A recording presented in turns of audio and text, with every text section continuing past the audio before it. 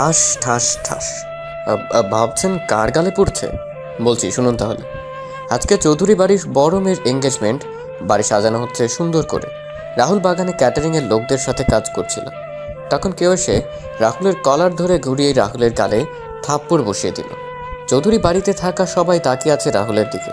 রাহুল তাকিয়ে আছে থাপ্পড় মারা সেই মানুষটার দিকে। রাহুল আচমকা এমন পরিস্থিতির জন্য প্রস্তুত ছিল না, তাই তো রাহুল 3টা থাপ্পড় খেয়ে কয়েক পা পিছিয়ে মাটিতে পড়ে যায়। তখন রাহুল সামনে তাকায়। এই চৌধুরী বাড়ির কেউ আজ পর্যন্ত রাহুলের সাথে খারাপ ব্যবহার করেনি, তবে কয়েকজন আছে যে রাহুলকে ছোটবেলা থেকে সহ্য করতে পারে না। কে রাহুলকে থাপ্পড় মেরেছে সেটা দেখার জন্য রাহুল সামনে তাকায়। রাহুল সামনে তাকিয়েও অবাক। থাপ্পড়গুলো এতই জোরে মেরেছে আমার ঠোঁট কেটে রক্ত বের হয়ে গেছে। এই রক্ত বের হয়ে যাওয়া আজ আমার জন্য নতুন কিছু না। এই রকম অনেক রক্ত আমার শরীর থেকে ঝরেছে। আমি রক্তগুলো মুছে নিলাম। তখন কেউ বলে ওঠে, এই ছোট লোকের বাচ্চা, একটা কাজ দিলে তো সেটা সময় মতো করতে পারিস না, শুধু শুধু আমাদের বাড়িতে এসে আমাদের খাবার নষ্ট করছিস। এই অনাথের বাচ্চা, আমার কাপড়গুলো লন্ড্রি থেকে কে নিয়ে আসবে? তোর বাবা না তোর মা নিয়ে আসবে আমার কাপড়গুলো। আর কয়টা বেজেছে খেয়াল আছে তোর? আমি সামনে তাকিয়ে দেখলাম উর্মি ম্যাডাম দাঁড়িয়ে আছেন, যাকে আমি এই পুরো চৌধুরী বাড়ির মাঝে জমের মতো ভয় পাই। আমার আর বুঝতে বাকি রইল না, এখন আমার মৃত বাবা আর মাকে নিয়ে ও কথা উঠবে। আর এখন যদি তার প্রতিবাদ করি তাহলে এই বাগানে সকল মানুষের সামনে উর্মি ম্যাডাম চেঁচামেচি শুরু করবে। হঠাৎ করে তখন মনে পড়ে ম্যাডামের কাপড়গুলো লন্ড্রি থেকে আনা হয়নি। ইস রে, আমিও ভুলে গেছিলাম একদম। আমি একটা হালকা হাসি মুখে বজায় রেখে ম্যাডামকে উদ্দেশ্য করে বললাম, ম্যাডাম একটা কথা বলবো?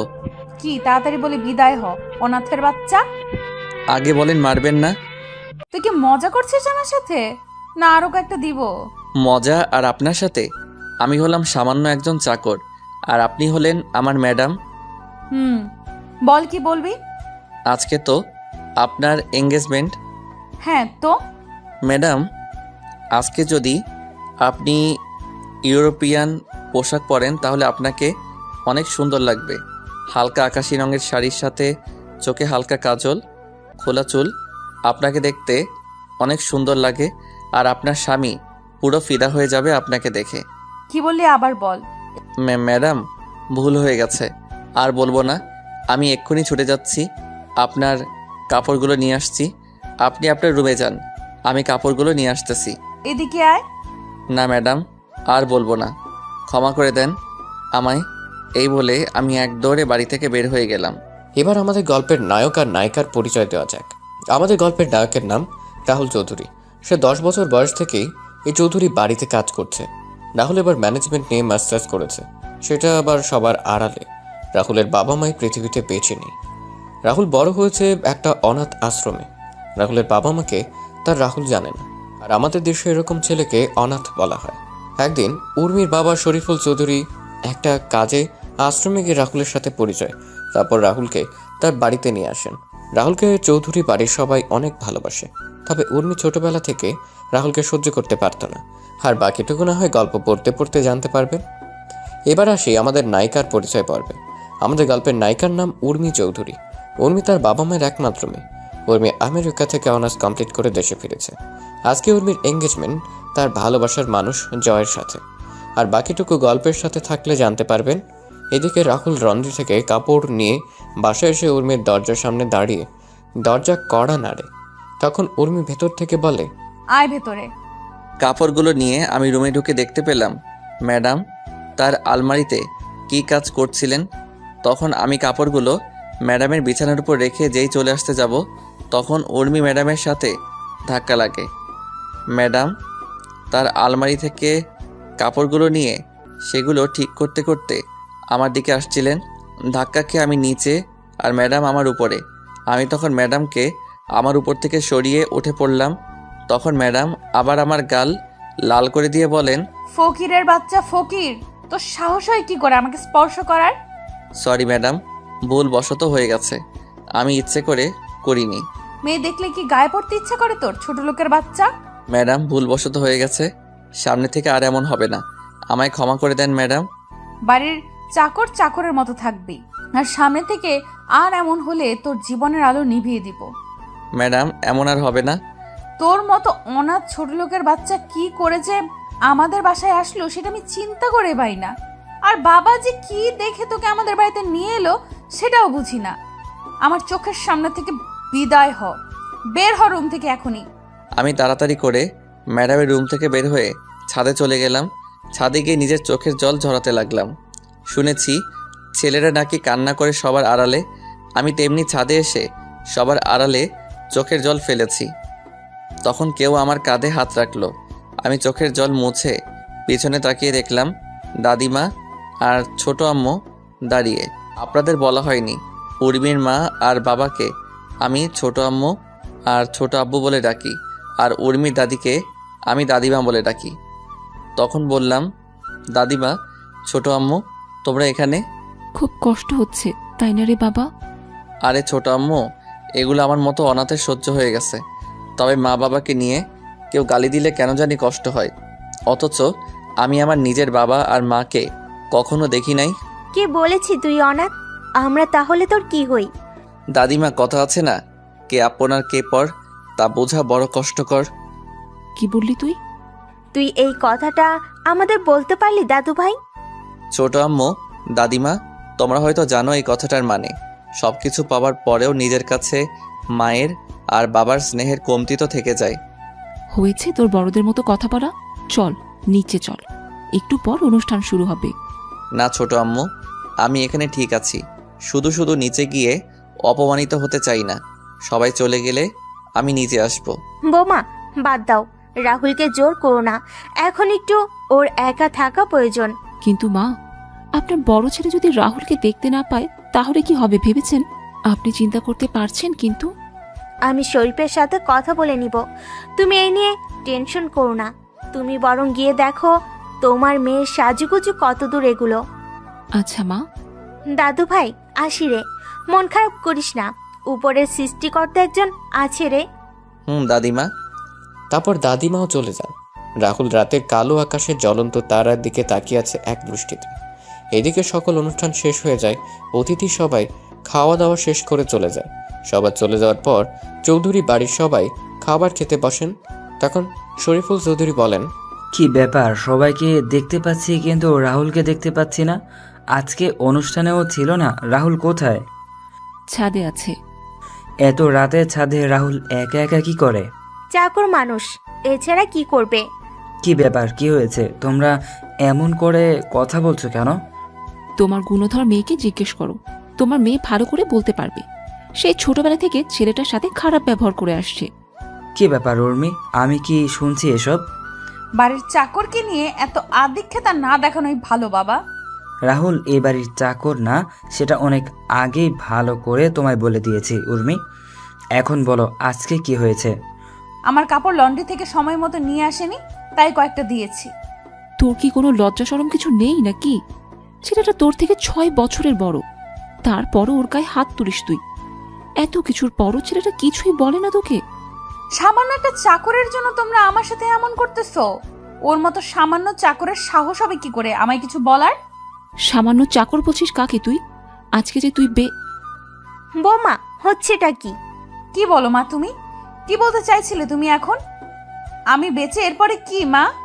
ও কিছু না, তুমি আর সামনে থেকে রাহুলের সাথে খারাপ ব্যবহার করবে না, আর যাতে তোমার নামে কোনো বিচার না আসে সেটা খেয়াল রাখবে উর্মি। শরীফুল চৌধুরী খাবার না খেয়ে উঠে পড়েন। ছাদে গিয়ে দেখতে পেলেন রাহুল আকাশের দিকে মুখ করে শুয়ে আছে। তখন তিনি রাহুলের পাশে গিয়ে বসলেন। রাহুল হয়তো গভীর মনোযোগ দিয়ে আকাশের দিকে তাকিয়েছিল, যার জন্য কারো আসার শব্দ শুনতে পায়নি। তখন শরীফুল চৌধুরী রাহুলকে ধাক্কা দিলেন। রাহুল পাশে তাকিয়ে দেখলো তার ছোট আব্বু। তখন রাহুল বলে, ছোট আব্বু, তুমি কখনো এলে? এই তো মাত্রই আসলাম। কি করছিলি? তারা দেখছিলাম ম্যাডামের এঙ্গেজমেন্টের সব কিছু শেষ হয়ে গেছে। হ্যাঁ, মন খারাপ তোর বাবা? না না ছোট আব্বু, আজকে ঘটনা আমি সব শুনেছি। রাহুল তোর সাথে অনেক দিন ধরে একটা কথা বলার হয়নি রে। কি কথা ছোট আব্বু? কেউ মনে হচ্ছে আমাদের ক্ষতি করতে চাচ্ছে, আমাদের কোম্পানির সব কিছুর ইনফরমেশন কিভাবে যেন জেনে যাচ্ছে। আমার হাতের কয়েকটা কন্ট্রাক্টও ইতিমধ্যে আমার হাত থেকে বেরিয়ে যাচ্ছে, আমি কিছুই বুঝতে পারছি না রে। আর কয়েকদিন পরে উর্মির বিয়েও, সব কিছু মিলে কেমন যেন একটা অদ্ভুত পরিস্থিতির সৃষ্টি হয়েছে। আরে ছোট আব্বু, চিন্তা করো না, সব কিছু ঠিক হয়ে যাবে। যাও, তুমি গিয়ে ঘুমিয়ে পড়ো। তুইও চল আমার সাথে, একসাথে খাবার খাবো। কি, তুমি এখনো খাবার খাওনি কেন? তুই খাবার টেবিলে নেই তাই আর খাইনি। আচ্ছা চলো, খাবার খাবে এখন? তারপর শরীফুল চৌধুরী আর রাহুল নিচে এসে খাওয়া শুরু করলেন। খাওয়া দাওয়া শেষ করে যে যার যার রুমে গিয়ে ঘুমিয়ে পড়ে। এদিকে রাহুল রুমে বসে কিছু কাজ করে আর কিছু জিনিস পর্যবেক্ষণ করা শুরু করলো। কিছু সময় পর রাহুলও আবার ঘুমিয়ে পড়ে। পরদিন সকালে রাহুল ঘুম থেকে উঠে বাগানে থাকা সকল গাছে পানি নিয়ে ছাদে থাকা গাছগুলোতে পানি দিয়ে নিচে এসে সবার জন্য সকালে নাস্তা তৈরি করছিল। তখন ছোট আম্মু এসে রাহুলকে বলেন, ওই, তোকে সকাল সকাল রান্নাঘরে আসতে মানা করেছি না? আরে ছোট আম্মু, এই একবেলাই তো তোমাদের জন্য নাস্তা তৈরির সুযোগ হয়, আর বাকি সময় তো ম্যাডাম আর ছোট আব্বুর সাথে থাকতে হয়। আর এটা তো আমার ছোটবেলা থেকে করতে করতে অভ্যাসে পরিণত হয়েছে। এটা এখন পরিবর্তন কর, তুই এখন আর আগের রাহুল নেই। তখন শরীফুল চৌধুরী ছোট ভাইয়ের স্ত্রী সুলতানা রহমান নিচে নামতে নামতে বলেন, ভাবি, আপনি যে কি বলেন না, চাকর তো চাকরই থাকবে, ছোট আর বড় কি, সে তো আজীবন চাকরই থাকবে। রাহুল সুলতানা রহমানের কথা শুনে হালকা হাসি মুখে এনে কাজে মনোযোগ দেন। আর ছোট আম্মু সুলতানা রহমানকে উদ্দেশ্য করে বলেন, তুই ঠিকই বলেছিস, অমানুষ তো আর কোনোদিন মানুষ হয় না। অমানুষ কিভাবে মানুষের মূল্য দিবে? ভাবি, তুমি কি কথাটা আমায় বললে? দেখ সুলতানা, তুই কথাটা কিভাবে নিবি সেটা তোর বিষয়, আর আমি কি তোকে মিন করে বলেছি? রাহুল সকলের জন্য নাস্তা রেডি করে টেবিলে সাজিয়ে রাখে। তারপর রাহুল উর্মির জন্য সেদ্ধ ডিম আর চিকেন ব্রেস্ট, টমেটো, শসা ও পেঁয়াজের সঙ্গে পিপার যোগ করে উর্মির জন্য সালাদ তৈরি করে উর্মির রুমের সামনে গিয়ে দরজা কড়া নাড়ে। তখন উর্মি এসে দরজা খুলে দিল। ম্যাডাম, আপনার খাবার। রেখে যা। ম্যাডাম, আজকে কি কোথাও যাবেন? কেন? আসলে ম্যাডাম, ছোট আব্বুকে নিয়ে একটু অফিসে যেতাম। চাকরের বাচ্চা, তুই অফিসে গিয়ে কি করবি? পড়ালেখা তো আর অ আও জানিস না, আর তুই অফিসে যাবি? এই জুতোগুলো পলিশ করে নিয়ে আয়, আমি 11টার দিকে বের হব। 11টার আগে যেন তোকে গাড়ির কাছে দেখতে পাই। যদি 1-2 সেকেন্ড লেট হয় তাহলে তোর কপালে কিন্তু দুঃখ আছে। আচ্ছা ম্যাডাম। জুতাগুলো নিয়ে নিচে এসে আমি পালিশ করতে লাগলাম। জুতা পালিশ হয়ে গেলে আমি ম্যাডামের দরজার সামনে রেখে আসলাম। আমি নিচে এসে সবার এটো প্লেটগুলো ধুয়ে সাজিয়ে রান্নাঘর থেকে আমার রুমে এসে গোসল করে নিলাম। তারপর সকাল 10টায় ছোট আব্বুকে নিয়ে বের হলাম অফিসের উদ্দেশ্যে। 10টা 30-এ ছোট আব্বুকে অফিসে নামিয়ে দিয়ে আমি 11টার আগেই বাসায় প্রবেশ করি। আমি গাড়িতে বসে ম্যাডামের জন্য অপেক্ষা করতে থাকি। কিছুক্ষণ পর দেখলাম ম্যাডাম আসছেন। গাড়ি থেকে বের হয়ে পিছনে দরজা খুলে দিলাম। ম্যাডাম গিয়ে সিটে বসলো। আমি দরজা লাগিয়ে ড্রাইভিং সিটে বসে ম্যাডামকে বললাম, ম্যাডাম কোথায় যাব? এই, শপিং মলে যাব। আচ্ছা ম্যাডাম। আমি গাড়ি চালানো শুরু করলাম। কিছুক্ষণ পর আমি শপিং মলের সামনে এসে দেখলাম ম্যাডামের বান্ধবীরা দাঁড়িয়ে আছে।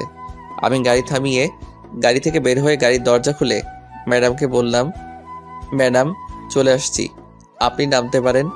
গাড়ি পার্কিং করে বসে থাকবি, আর আমি কল দিলে চলে আসবি। আর এই নে 50 টাকা, দুপুরে খাবার খেয়ে নিবি। হাসি মুখে টাকাটা নিয়ে আমি মাথা নাড়ালাম। তারপর ম্যাডাম তার বান্ধবীদেরকে নিয়ে চলে যান শপিং মলের ভিতরে। আমি গাড়িতে বসে রইলাম, ভালো লাগছিল না। তখন গাড়ি থেকে বের হয়ে আশেপাশে একটু হাঁটাহাঁটি করছিলাম। তখন দেখতে পেলাম একজন ভদ্রমহিলা তার ছেলেকে নিয়ে রাস্তা পার হতে পারছেন না। আমি তখন তাদের রাস্তা পার করিয়ে দিয়ে আসছিলাম। তখনই ম্যাডাম ফোন দিলেন। Hello madam. 4র্থ তলায় তাড়াতাড়ি আয় তো একটু। শপিং মলের 4র্থ তলায় গিয়ে দেখতে পেলাম কয়েকটা ছেলে মিলে ম্যাডাম আর তার বান্ধবীদের সাথে কি যেন কথা বলছে। তবে তাদের কথা বলার ধরনগুলো সুবিধার মনে হচ্ছিল না। কি রে, এখানে কি সমস্যা? কিছু না, তুই যা এখান থেকে, কোনো সমস্যা নেই। আচ্ছা ম্যাডাম চলুন। এখানে কোনো সমস্যা নেই? এইখানে একদম চালাকি করার চেষ্টা করবি না, তা না হলে এগুলো দেখছিস। ভাই আমি কি করলাম? আমি তোমাদের জিজ্ঞেস করলাম সমস্যা কি, তোমরা বললে কোনো সমস্যা নেই। তাই তো আমি এদের নিয়ে চলে যাচ্ছি। আমরা তোকে যেতে বলেছি, তবে এই মা। আর কোনো কথা বলার সুযোগ দিলাম না, সোজা মুখ বরাবর একটা ছক্কা হাঁকিয়ে দিলাম। আর ছেলেটা বাউন্ডারির বাইরে, তারপর সব কয়টাকে মারা শুরু করলাম। হঠাৎ কেউ আমার পেটের পাশে ছুরি দিয়ে আঘাত করে।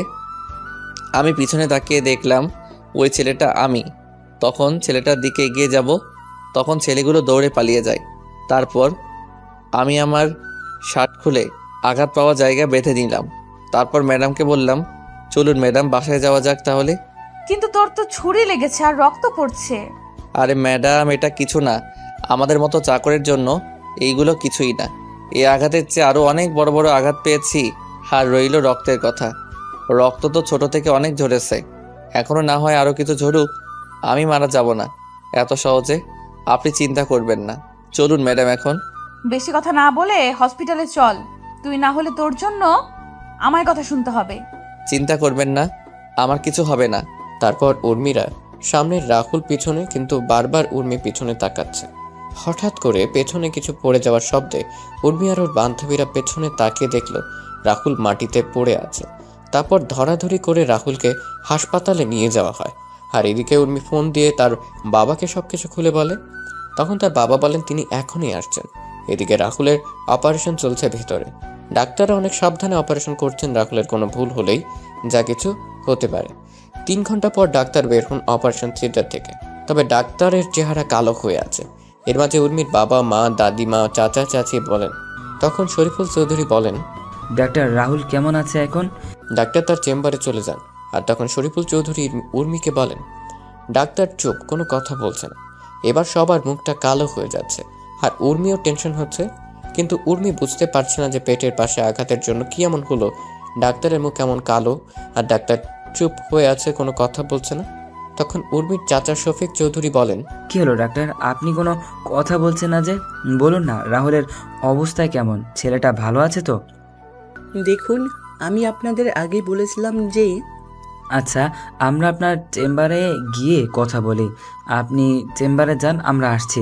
বলছে না। তখন উর্মির চাচা শফিক চৌধুরী বলেন, উর্মি, তুই বাসায় চলে যা। কেন? আর তোমরা ডাক্তারকে এখানে কিছু বলতে মানা করলে কেন? তোমরা কি লুকাতে চাচ্ছ আমার থেকে? সামান্য একটা বাড়ির চাকরের জন্য তোমরা এত চিন্তা করছো কেন? আর ও মরে গেলেই বা কি? কি ব্যাপার বলো তো? তোমরা কি লুকানোর চেষ্টা করছো বলো তো? আমি এখানে থাকি আর উর্মি বরং বাসায় চলে যান। ভাবি কি বললো তোমায় শুনতে পাওনি তুমি? উর্মিকে নিয়ে বাসায় যাও। উর্মি আর চাচি সুলতানা রহমান চলে যান হাসপাতাল থেকে। তারপর সবাই মিলে ডাক্তারের চেম্বারে যান। তখন ডাক্তারের কথা শুনে সবার মুখ কালো হয়ে গেল। 7 দিন পরে সবাই রাহুলকে নিয়ে বাসায় ফিরে আসে। রাহুলের পুরোপুরি সুস্থ হতে আরও 3 দিন সময় লাগে। এখন রাহুল পুরোপুরি সুস্থ। রাহুল আগের মতো বাসার সব কাজ করে। রাহুল একদিন তার রুমে বসে বিসিএস এর জন্য পড়াশোনা করছিল। তখনই উর্মি রাহুলের দরজায় কড়া নাড়ে। তখন রাহুল বইগুলো লুকিয়ে রেখে দরজা খুলে দিল। তখন উর্মি রাহুলের রুমে ঢুকে রাহুলকে বলে, শোন, আজকে বিকেলে আমি ফুফুদের গ্রামে যাব আর সেখানে কয়েকদিন থাকবো, তাই তুই তোর কিছু কাপড় সাথে করে নিয়ে নিস। ম্যাডাম, কারণটা কি জানতে পারি? তোর জানার দরকার নেই। উর্মি চলে যায় রাহুলের রুম থেকে। রাহুল দুপুরের খাবার খেয়ে নিজের রুমে এসে কাপড়গুলি গুছিয়ে নিল, তারপর ঘুমিয়ে পড়ে। 3:50 শেষে রাহুল ঘুম থেকে উঠে রেডি হয়ে নেয়। তারপর ছোট আম্মু দাদিমার চাচিকে বলে রাহুল বাসা থেকে বের হয়ে গাড়িতে গিয়ে উর্মির জন্য অপেক্ষা করতে থাকে। কিছুক্ষণ পর উর্মি একটা ব্যাগ নিয়ে বাসা থেকে বের হয়ে আসে। রাহুল গাড়ির দরজা খুলে দিয়ে ব্যাগটা পেছনের ডিকিতে রাখে। তারপর রাহুল গাড়ি চালানো শুরু করলো। উর্মির ফুপুর বাসা উর্মিদের বাসা থেকে 60 কিলোমিটার দূরে। মাঝ রাস্তায় আসার পর রাহুল উর্মিকে বলে, ম্যাডাম, একটা কথা আপনাকে কয়েকদিন ধরে বলবো বলে ভাবছি। কি কথা?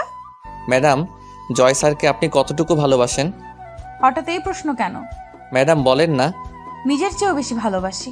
আর আপনার মা বাবাকে? হ্যাঁ, তাদেরও ভালোবাসি। কতটুকু? আচ্ছা, এখন যদি ছোট আব্বু আর ছোট আম্মু জয় ভাইয়ার সাথে আপনার বিয়ে ক্যান্সেল করে দেয়, তাহলে আপনি কি করবেন? হোয়াট? কি বললি তুই? আরে ম্যাডাম, রাগেন কেন? তো কি করব? তুই কি বলছিস সেগুলো? আরে ম্যাডাম, আমি জানতে চাইছি, এমন একটা পরিস্থিতি তৈরি হলো, আপনি জয় স্যারকে বা আপনার বাবা আর মাকে বেছে নিতে হবে, তখন আপনি কাকে বেছে নেবেন? আমি কিন্তু তোর কোনো কথাই বুঝতে পারছি না কিন্তু। আরে বলুন না। সেটা না হয় পরিস্থিতি তৈরি হলে দেখা যাবে। তুই এখন চুপচাপ গাড়ি চালাতো। গ্রামে পৌঁছতে পৌঁছতে সন্ধ্যা পেরিয়ে রাত হয়ে যায়। গ্রামে প্রবেশ করে কিছু দূর আসার পর গ্রামের কয়েকজন বখাটে এসে রাহুলের গাড়ির সামনে দাঁড়ায় আর ছেলেগুলো বলা শুরু করে, তোদের কাছে যা আছে সবকিছু বের কর, না হলে কিন্তু তোদের এখানে মেরে দেব। ম্যাডাম, এদের খিদে পেয়েছে মনে হয়, মিষ্টিগুলো ওদের দিয়ে দেন। ওই আমাদের খিদে লাগছে তোকে কে বলছে? বারে, আপনারা না এইমাত্র বললেন আপনাদের খিদে লাগছে, তাই তো বললাম মিষ্টিগুলো দিয়ে দিতে। আমরা আবার কখন বললাম? ওই রাহুল, তুই এই ফকিরের বাচ্চার সাথে কি কথা বলছিস? ফুফাকে একটা কল দিলে সবকিছু হাওয়া হয়ে যাবে। কি বললি তুই আমাদের? আর তোর কোন বাপকে কল দিবি? দে, আমরা এখানেই আছি। ঠিক বললি তুই। হ্যাঁ, সাহস থাকলে গাড়ির সামনে থেকে সর, আমিও গাড়ি থেকে নেমে তোদের মজা দেখাচ্ছি। সাহস থাকলে বের হয়ে আয়। ওরা গাড়ির সামনে থেকে সরে যাওয়া মাত্রই আমি দরজা হালকা খুলে ওদের দিকে ঝুঁকে বাম পা গিয়ারে রেখে চাপ দিলাম। ওরা বোঝার আগেই আমরা গাড়ি নিয়ে পকার পার। কিছুক্ষণ পর ফুপুদের বাসায় এসে পৌঁছে গেলাম। তারপর ম্যাডামের ব্যাগ, আমার ব্যাগ আর বাকি ব্যাগগুলো সাথে নিয়ে ফুপুর বাসায় প্রবেশ করলাম। ফুপু ফুপা সবার সাথে কথা বলে আমি ম্যাডামের থাকার রুমে রেখে আমি আমার রুমে এসে ব্যাগ রেখে ফ্রেশ হয়ে নিলাম। তারপর বিছানায় শুয়ে পড়লাম। হঠাৎ কারো ধাক্কাধাক্কির কারণে ঘুমটা ভেঙে গেল। আমি তাকিয়ে দেখলাম ফুপুর শেখ ফাজিল মাইয়া সুমি। আমি কেন ওরে ফাজিল বললাম সেটা আপনারা একটু পরেই বুঝতে পারবেন। সুমি এবার ইন্টার দ্বিতীয় বর্ষে পড়ে। তখন সুমি বলে, ও মোর পরাণের স্বামী, ঘুম থেকে উঠুন তো। এই ফাজিল, কি বলিস এসব? তুই কি ভালো হবি না কখনো? আমি তো ভালো না, ভালো লইয়াই থাইকো। বল, কি জন্য আসছিস তুই এখানে? খাবার টেবিলে সবাই অপেক্ষা করছে তোমার জন্য। কেন? কয়টা বাজে ঘড়ির দিকে তাকিয়ে দেখেন। ঘড়ির দিকে তাকিয়ে দেখলাম রাত 10:30 বাজে। তখন বললাম, খাওয়া দাওয়া শেষ সবার? না, আপনার জন্য অপেক্ষা করছে। উঠে আমি নিচে চলে এলাম। নিচে এসে দেখলাম সবাই বসে আছে। তখন ফুফা আমায় বলেন, কি জনাব রাহুল সাহেব? এই তো ফুফা, ভালো, তুমি কেমন আছো? টেনশনে ছিলাম, তবে এখন টেনশন ফ্রি আছি। কোনো টেনশনের চিন্তা নাই, আমি আছি তো। সেটাই তো বর্ষার জায়গা। আচ্ছা বুঝলাম, তোমরা সবাই এই ছোট লোকটাকে নিয়ে এত আদিক্ষেতা করছো কেন? টেবিল থেকে খাবারের প্লেট নিয়ে আমি সবাই বসে টিভি দেখে খাওয়া শুরু করলাম। ম্যাডামের কোনো কথার উত্তর দিলাম না। উত্তর দিলেই চেঁচামেচি শুরু করবে। কিছুক্ষণ পর আমার পাশে তাকিয়ে দেখলাম সুমিও আমার পাশে এসে বসছে। আমি সুমির দিকে একবার তাকিয়ে আবার খাবার খাওয়াতে মনোযোগ দিলাম। তখন উর্মি ম্যাডাম সুমিকে বলেন, কিরে সুমি, তুই খাবার টেবিল ছেড়ে ওই ছোট লোকটার সাথে গিয়ে খাবার খাচ্ছিস কেন? আপু, আমার ইচ্ছে করছে তাই। ফুফা, তোমরা সুমিকে কিছু বলছো না যে? কি বলবো? ওই ছোট লোকটার সাথে বসে খাবার খাচ্ছে আর তোমরা কিছু বলছো না যে? দেখো উর্মিমা, সুমি এখন প্রাপ্তবয়স্ক একটা মেয়ে। ও ওর নিজের বুঝটা এখন বুঝতে পারছে, কার সাথে চলাফেরা করলে ভালো হবে আর কার সাথে চলাফেরা করলে খারাপ হবে, সেটা ও নিজেই বুঝতে পারে। তাই বলে উর্মি, এসব কথা বাদ দে, তুই খাবার খেয়ে নে। রাহুল বাবা, তোর কি কিছু লাগবে? না ফুপু। আরে মা, আর একটু খাবার দাও। দেখছো না আগের থেকে কেমন যেন শুকিয়ে গেছে। ওই ফাজিল, আমি শুকিয়ে গেছি কোথায়? দেখছিস না মোটা হয়ে গেছি? হ্যাঁ, সেটাই দেখতে পাচ্ছি। তুই দেখতে পাবি? তুই তো আস্ত একটা ফাজিল। তুই একটা ফাজিল। খাবার খা চুপচাপ। এই দেখে উর্মি রাগে ফুঁসছে। ভেবেছিল সে এখানে রাহুলকে এনে ইচ্ছে মতো অপমান করবে, কিন্তু এখানে নে তার উল্টো সবাই রাহুলকে নিয়ে কথা বলছে। উর্মি খাওয়া শেষ করে তার রুমে চলে যায়। এদিকে রাহুল খাবার খেয়ে যেই তার রুমে যাবে, তখন ফুপা রাহুলের সামনে এসে বলেন, আর কত অপমান সহ্য করবি তুই রাহুল? চাকরের আবার মান অপমান? এই তো আর কয়েকটা দিন, তারপর ম্যাডাম তো ওনার স্বামীর বাড়ি চলে যাবেন। সত্যি কথাটা বলে দে না, এবার উর্মিকে তাহলে তোর সাথে অত্যন্ত খারাপ ব্যবহার আর করবে না। সেটা আমি চলে যাওয়ার কয়েকটা দিন আগে ওনাকে বলবো। তুই চলে যাওয়ার কয়েকটা দিন মানে? আরে ও কিছু না, তোমরা টেনশন করো না, আমায় নিয়ে যাও, গিয়ে ঘুমিয়ে পড়ো। কালকে তুমি আমায় নিয়ে কলেজে যাবে। পারবো না। ও বাবা, ও মা, বলো না আমায় নিয়ে কালকে কলেজে যেতে। আর নাটক করতে হবে না, আচ্ছা নিয়ে যাব, কিন্তু কিন্তু কি রে রাহুল? ম্যাডাম, এ নিয়ে চিন্তা করতে হবে না, আমি উর্মিকে বুঝিয়ে বলবো, তাহলে উর্মি বুঝবে। আচ্ছা, গুড নাইট। পরের দিন সকালে রাহুলের ঘুম ভাঙে কারো গরম নিঃশ্বাসে। তখন রাহুল তাকিয়ে দেখে সুমি তার খুব কাছে। এটা দেখে রাহুল এক লাফে বিছানা ছেড়ে মাটিতে গিয়ে পড়ে। তখন সুমি বলে, এটা কি হলো? তুই কি করছিলি এটা? একটু মিষ্টি খাওয়ার জন্য আসছিলাম।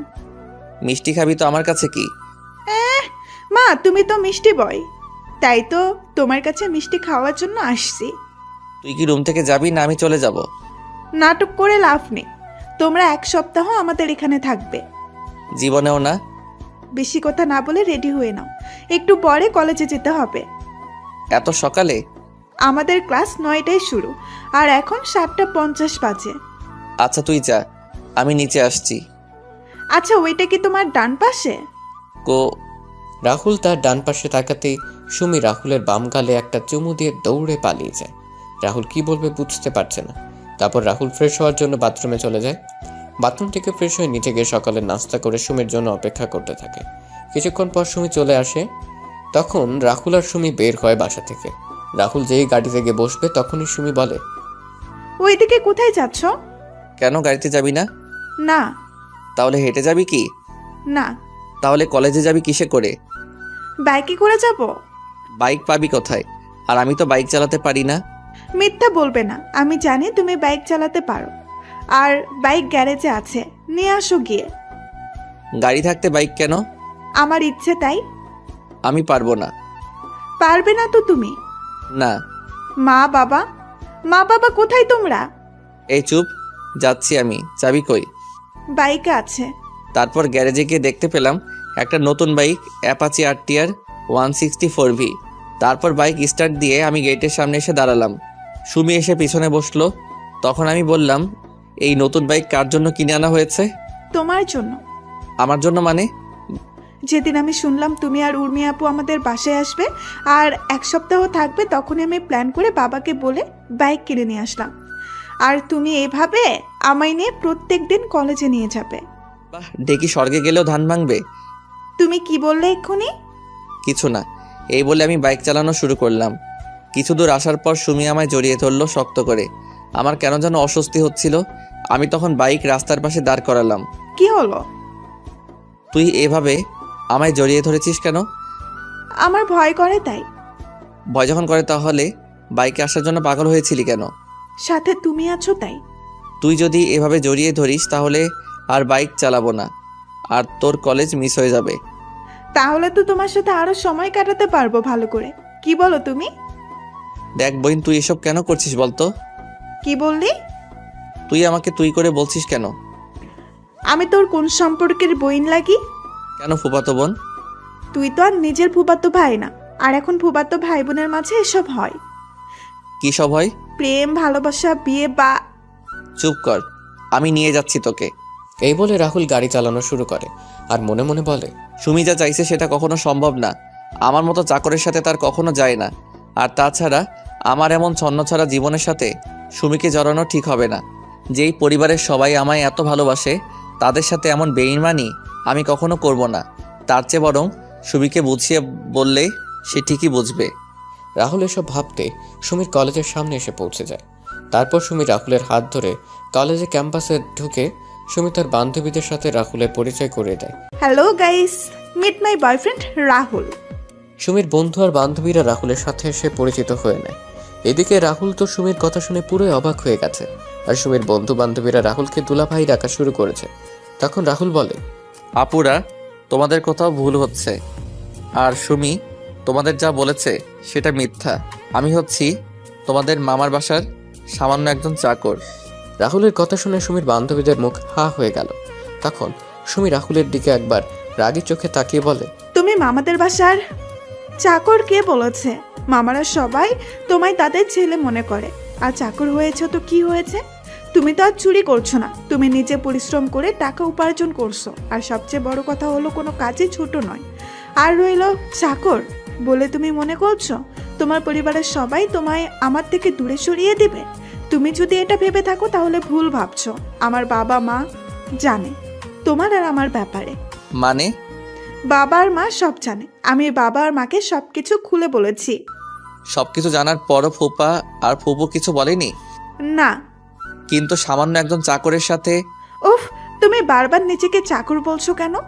তোমায় আমরা কেউ চাকর বলেছি কখনো? এর মাঝেই ক্লাসের বেল বেজে যায়। সুমি আর তার বন্ধু বান্ধবীরা চলে যায়। রাহুল গিয়ে বাইকে বসে সুমির কথাগুলো ভাবছে। এভাবে কেটে যায় কয়েক ঘন্টা। সুমি ক্লাস শেষ করে চলে আসে আর রাহুল ভেবেচিন্তে কিছু সিদ্ধান্ত নিয়ে নেয়। তখন রাহুল বাইক স্টার্ট দিল। কিছু দূর আসার পর রাহুল বলে, বলো কি কথা? মনে মনে বললাম, আরে গাধা বলে দে না, আমি যে কথাটা এতদিন ধরে শুনতে চাইছি। রাহুল আরো কিছু কথা বলতে যাবে তার আগেই ফোন বেজে ওঠে। রাহুল ফোন রিসিভ করে কিছু বলতে যাবে তার আগে ওপাশ থেকে যা শুনলো তাতে রাহুলের হাত থেকে ফোন মাটিতে পড়ে গেল। তখন সুমি বলে, কি হলো, বসে পড়লে যে? ম্যাডাম কল দিয়েছিল। আর কি? এখন বাসায় না গেলে আমার অবস্থা খারাপ করে দিবে বলেছে। হারে আপু, কিছু করবে না, তোমায় ভয় দেখাচ্ছে আপু। না, লেট করা যাবে না। ম্যাডাম রেগে আছে অনেক। তুই বাইকে উঠে পড়। বাসায় গিয়ে আগে ম্যাডামের মেজাজ ঠান্ডা করতে হবে, তা না হলে ম্যাডাম আমার অবস্থা খারাপ করে দিবে। তুমি না বললে আমায় কি বলবে? বেঁচে থাকলে পরে বলবো। তুই তাড়াতাড়ি করে বাইকে ওঠ। উঠছি। সুমি মন খারাপ করে বাইকে উঠে পড়ে। রাহুল বাইক চালাতে শুরু করে। কিছুক্ষণ পর রাহুল বাসায় এসে পৌঁছে যায়। সুমিকে নামিয়ে দিয়ে রাহুল বাইকে গ্যারেজে রেখে সোজা উর্মির দরজার সামনে গিয়ে কড়া নাড়ে। তখন উর্মি বলে, ভেতরে আয়। আমি ভিতরে ঢুকতে ম্যাডাম আমার সামনে এসে আমার গালে তার হাত দিয়ে 2 বার মালিশ করে দিল। সাথে সাথে 2 হাত দিয়ে আমি আমার গালটা চেপে ধরি। এত জোরে মেরেছে, গালে ব্যথা করছে। আমি আমার হাত দেখলাম, রক্ত লেগে আছে। আমার আর বুঝতে বাকি রইল না ম্যাডামের থাপ্পড়টা এতটা জোরেই মেরেছে যার জন্য আমার ঠোঁট কেটে রক্ত পড়ছে। তখন ম্যাডাম রাগী কণ্ঠে আমায় বলে, তোকে এখানে কেন নিয়ে আসছি আমি? মাথা নিচু করে বললাম, ম্যাডাম আপনার সাথে থাকার জন্য। তাহলে তুই কি করেছিস? আসলে ম্যাডাম ফুপু আর ফুপা আমায় বললো যাওয়ার জন্য, তাই। তোরে আমি কি বললাম আমার মুখের উপর কখনো কথা বলবি না? তাহলে তুই আমার মুখে মুখে তর্ক কেন করছিস? ম্যাডাম ভুল হয়ে গেছে, আমাকে ক্ষমা করে দেন। যা গাড়িতে গিয়ে বস, আমি আসছি। আর শোন, আর যদি এমন ভুল করছিস তাহলে তোর কি হাল করব সেটা আমি নিজেও জানি না। আমি গাড়ির কাছে চলে এলাম। এইদিকে মাথাটাও ঘুরছে। কত জোরে মেরেছে থাপ্পড়টা। কিছুক্ষণ পর উর্মি গাড়িতে এসে বসে। তখন রাহুল বলে, ম্যাডাম কোথায় যাব? তুই গাড়ি চালানো শুরু কর, আমি বললে গাড়ি থামাবি। আচ্ছা ম্যাডাম। রাহুল গাড়ি চালানো শুরু করলো। কিছু তো যাওয়ার পর উর্মি রাহুলকে একটা বড় শপিং মলের সামনে গাড়ি থামাতে বলে। রাহুল গাড়ি থামিয়ে দরজা খুলে দিল। উর্মি কিছু দূর গিয়ে আবার ফিরে এসে বলে, তুই এখানে থাকবি। আর হ্যাঁ, মনে রাখিস, ছোট লোকের বাচ্চা, আমার এই গাড়ির দাম অনেক। যদি গাড়ির কিছু হয় তাহলে তোর কপালে শনি আছে। জি ম্যাডাম। উর্মি চলে যায় শপিং মলের ভেতরে। কিছুক্ষণ পর উর্মি একটা ব্যাগ হাতে করে নিয়ে বের হয়। গাড়ির কাছে আসতেই রাহুল দরজা খুলে দিল। উর্মি গিয়ে গাড়িতে বসে রাহুল গাড়ি চালানো শুরু করলো। তখন রাহুল বলল, ম্যাডাম এখন কোথায় যাবেন? ফুফুর বাড়িতে। রাহুল তাড়াতাড়ি বাড়ি যাওয়ার জন্য একটা শর্টকাট রাস্তা নিয়ে নিল, যেটা আজকে সুমি দেখিয়ে দিয়েছিল। কলেজে যেতে রাস্তায় যাওয়ার সময় হঠাৎ করে উর্মি রাহুলকে বলে, এই গাড়ি থামা। কেন? আমি হাওয়াই মিঠাই খাবো। ম্যাডাম সন্ধ্যা হয়ে যাচ্ছে আর এই রাস্তা খুব একটা ভালো না। আর একটা কথা বলবি তো আমি তোর গাল লাল করে দিব। চুপচাপ গাড়ি দাঁড় করা। কিন্তু ম্যাডাম। দাঁতে দাঁত চেপে বললাম, গাড়ি থামা বলছি। রাহুল বাধ্য হয়ে গাড়ি দাঁড় করায়। উর্মি তাড়াতাড়ি করে গাড়ি থেকে নেমে হাওয়াই মিঠাইওয়ালার কাছে চলে যায় আর হাওয়াই মিঠাই খাওয়া শুরু করে। রাহুল গাড়ির ভিতরে বসে এক দৃষ্টিতে উর্মির মিঠাই খাওয়া দেখছে। উর্মি পুরো বাচ্চাদের মতো খাচ্ছে। তখনই সেখানে ওই দিনের ছেলেরা চলে আসে। এরা দেখে রাহুল গাড়ি থেকে নেমে উর্মির সামনে গিয়ে দাঁড়ায়। উর্মির তো সেদিকে কোনো খেয়াল নেই, সে তার মতো করে হাওয়াই মিঠাই খেয়েই যাচ্ছে। তখন ছেলেগুলো শীষ বাজিয়ে বাজিয়ে উর্মির সামনে যায়। ছেলেগুলো উর্মির কাছে যাওয়ার আগে রাহুল উর্মির সামনে চলে আসে। তখন ছেলেগুলো বলে, কিরে আজকেও কি তুই এই মেয়েকে নিয়ে যেতে পারবি? শুধু শুধু ঝামেলা করছেন কেন? ঝামেলা কোথায়? তুই চলে যা, আমাদের এই মেয়েকে ভালো লাগছে, আমরা এর সাথে আজকে সারা রাত একটু মজা করব। ছেলেগুলোর কথা শুনে উর্মি খাওয়া থামিয়ে দিয়ে ছেলেটার গালে ঠাস ঠাস করে বসিয়ে দিয়ে বলে, ফকিরের বাচ্চা, তুই আমায় নিয়ে এমন কথা বলার সাহস পেলি কি করে? এই বলে এই ছেলেটার গালে শরীরের সমস্ত শক্তি দিয়ে আরো একটা থাপ্পড় বসিয়ে দিলাম। আরেকটা ছেলে যখন এগিয়ে আসবে তখন রাহুল ওই ছেলেকে মারা শুরু করলো। কিছুক্ষণ পর আরও কয়েকজন এসে ওই ছেলেদের সাথে যোগ দিল। রাহুল কোনো উপায় না পেয়ে উর্মিকে নিয়ে দৌড়ানো শুরু করলো। দৌড়াতে দৌড়াতে রাহুলরা আর একটা গ্রামে চলে যায়। ওই গ্রামে গিয়ে রাহুলরা একটা মসজিদে আশ্রয় নেয় আর মসজিদের মুয়াজ্জিনকে সব খুলে বলে। মুয়াজ্জিন সব শুনে রাহুল আর উর্মিকে বসতে বলে। তিনি গ্রামের মুরব্বীদের খবর দিলেন। কিছুক্ষণ পর মুরব্বীরা আসলে রাহুল সবকিছু খুলে বলে আর তাদের সাহায্য চায়। তখন মুরব্বীরা রাহুলদের নিয়ে একটা জায়গায় বসেন। তারপর রাহুল আর উর্মিকে নানান প্রশ্ন জিজ্ঞেস করে। রাহুল সব প্রশ্নের উত্তর সঠিক দিলেও উর্মি সবকিছু উত্তর দেয়নি। রাহুল সবাইকে বলে উর্মি তার স্ত্রী, কারণ রাহুল গ্রামের মুরব্বীদের কথা বলার ধরন আগে থেকে জানত। উর্মি তখন রাহুলকে সাথে মুরব্বীদের ও নানানভাবে কটূক্তি করে। তখন মুরব্বীরা সবাই মিলে কাজী রেখে উর্মি আর রাহুলের বিয়ে করিয়ে দিলেন। বিয়ে শেষ হয়ে গেলে রাহুল আর উর্মিকে তাদের গাড়ি পর্যন্ত এগিয়ে দিল রাহুল। সবাইকে বিদায় দিয়ে গাড়িতে উঠে সাথে উর্মিও গাড়িতে উঠে। রাহুল গাড়ি চালিয়ে কিছু দূর আসার পর উর্মি রাহুলকে গালি দিয়ে বলে, এই চাকরের বাচ্চা চাকর, তোর সাহস হলো কি করে আমায় তোর বউ বলার? এছাড়া কোনো উপায় ছিল না। আমি সবকিছু ঠিক করে নিয়েছিলাম, কিন্তু আপনি সবকিছু ভেস্তে দিলেন। তুই বাড়ির সামান্য চাকর হয়ে আমায় তোর বউ বলবি, সেটা আমি আবার মেনে নেব? তুই ভাবলি কি করে?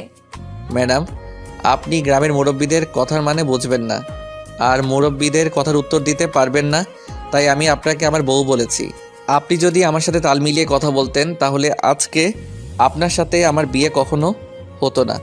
আপনি আপনার জেদ আর ইগোর জন্য আজকের এই পরিস্থিতির সৃষ্টি হয়েছে। আমি এই বিয়ে মানি না, আর না তোকে আমার স্বামী বলেও মানি। আমি কয়েকদিন পরে তোকে ডিভোর্স দিয়ে দিব। আমারও কোনো ইচ্ছে নেই আপনার মতো পাগলের উন্মাদ মেয়েকে বিয়ে করার। কি বললি ছোট লোকের বাচ্চা? হ্যাঁ, ঠিক বলেছি। আমাকে কি পাগল করতে কামড়াইছে যে আপনাকে আমার বিয়ে করতে হবে? ভাগ্য খারাপ আর পরিস্থিতির জন্য আপনাকে বিয়ে করতে হয়েছে। এবার কিন্তু তুই তো লিমিট ক্রস করছিস। ও, আপনি এখন আমায় লিমিট ক্রস করছি বলেছেন? সামান্য কয়েকটা কথা বলতে আপনার লিমিট আমি অতিক্রম করে ফেলেছি। আর আপনি যে আমায় ছোটবেলা থেকে অনেক কথা বলেছেন, তাহলে কি আপনি লিমিট ক্রস করেননি? শুনুন ম্যাডাম, মানুষের আসল পরিচয় তার সৌন্দর্য বা টাকা পয়সা নয়, তার আসল পরিচয় হলো তার ব্যবহার, তার চরিত্র দিয়ে। আপনারা বড় লোকরা মানুষকে বিচার করেন টাকা পয়সা দিয়ে, তাই হয়তো কোনো মানুষ আপনাকে ধোঁকা দিবে সেটা বুঝে উঠতে পারেন না। আপনারা মনে করেন টাকা পয়সা থাকলেই আসল সুখ, কিন্তু ম্যাডাম সেটা সত্যি না। সত্যিটা হলো মানুষের ভালো কাজেই একজন মানুষের আসল শান্তি। আপনি যদি রাতের বেলা ঘুমানোর আগে শুয়ে শুয়ে চিন্তা করেন কালকে কত টাকা ইনকাম করব, কালকে কোথায় কোথায় পার্টি করব, তাহলে হয়তো আপনি ঘুমাতে পারবেন, কিন্তু শান্তির ঘুম ঘুমাতে পারবেন না। আবার আপনি যদি চিন্তা করেন আজকের দিনে আপনি কতজন মানুষের সাথে ভালো ব্যবহার করছেন আর কয়েকজন মানুষকে সাহায্য করেছেন, সেটা মনে হলে আলাদা একটা শান্তি নিজের ভিতর অনুভব করবেন, আর তখনই ঘুমটাও শান্তির হবে। রাহুলের কথাগুলো প্রথমে উর্মি ভালো না লাগলেও পরে কেন জানি রাহুলের বলা কথাগুলো শুনতে ভালো লাগছিল। তখন রাহুল আবার বলে ওঠে, ম্যাডাম চিন্তা করবেন না, আজকের বিষয়টা কেউ জানবে না, আর কয়েকদিন পরে আমি ডিভোর্স পেপারে স্বাক্ষর করে আপনাকে দিয়ে দিব। কথা বলতে বলতে রাহুলরা বাসায় চলে আসে। উর্মি গাড়ি থেকে নেমে বাসার ভিতরে চলে যায়। রাহুল গাড়ি পার্কিং করে বাসার ভেতরে প্রবেশ করে। তখন ফুপা বলেন, কোথায় গিয়েছিলি তোরা? ম্যাডাম কি যেন কাজ ছিল, তাই ম্যাডামকে নিয়ে গিয়েছিলাম। সন্ধ্যা পরে কোথাও বের হবে না, গ্রামে সন্ধ্যার পরে কোথাও বের হবে না, গ্রামের পরিবেশ সন্ধ্যার পরেই পাল্টে যায়। আচ্ছা। রাহুল তার রুমে চলে যায়। রাতের খাবার খাওয়ার সময় ফুফু বলেন, উর্মিমা, তোর আমাদের কোনো অসুবিধা হচ্ছে না তো? না ফুফু, আমার কোনো সমস্যা হচ্ছে না। উর্মিমা, তুই চাইলে কালকে সুমির সাথে সুমির কলেজে যেতে পারিস। তাছাড়া রাহুলও সুমিকে নিয়ে সুমির কলেজে যায়। কলেজে গিয়ে তোরও ভালো লাগবে। তোর ফুফু তো তার কাজ নিয়ে বিজি, আমিও আমার অফিস নিয়ে। তুই একা একা বাসায় থাকিস। আপু যাবে না আমার কলেজে, তাই না আপু? আমি তোকে কখন বললাম আমি যাব না কলেজে? তুই না কালকে বললি যাবি না আমার কলেজে। তখন ইচ্ছা হয়নি, এখন আমার ইচ্ছে হয়েছে তাই। রাহুল সোফায় বসে টিভি দেখছে আর খাবার খাচ্ছে। আর এইদিকে উর্মি কালকে কলেজে যাবে শুনে সুমির অনেক রাগ হচ্ছে। সুমির রাগ হচ্ছে তার বাবার উপর, তিনি কেন উর্মিকে তাদের সাথে কলেজে যেতে বলেছেন। সুমি মন খারাপ করে খাবার নাড়াচাড়া করছে। তখন সুমির মা বলেন, কি রে সুমি, খাচ্ছিস না কেন? খাচ্ছি তো। সুমি, তুই কোনো কিছু নিয়ে টেনশন করেছিস? আস্তে আস্তে করে বললাম। তুই তো আমার আসল টেনশনের কারণ আপু। কালকে কলেজে গিয়ে যে তুই কি করবি সেটা নিয়ে আমি টেনশনে আছি রে বোন। কি রে, কিছু বলছিস না যে? কালকের বাসের জন্য অপেক্ষা করছি। কিসের বাস? সেটা তুমি বুঝবে না। তারপর খাবার শেষ করে যে যার যার রুমে চলে যায়। রাহুলও তার রুমে গিয়ে ঘুমিয়ে পড়ে।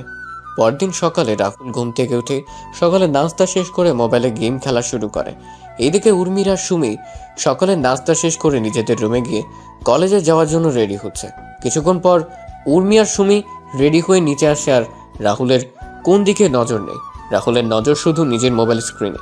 তখন সুমি বলে, এই যে হ্যালো। ব্যস্ত আছি এখন, প্লিজ ডিস্টার্ব করবেন না, তাহলে তো খারাপ হয়ে যাবে।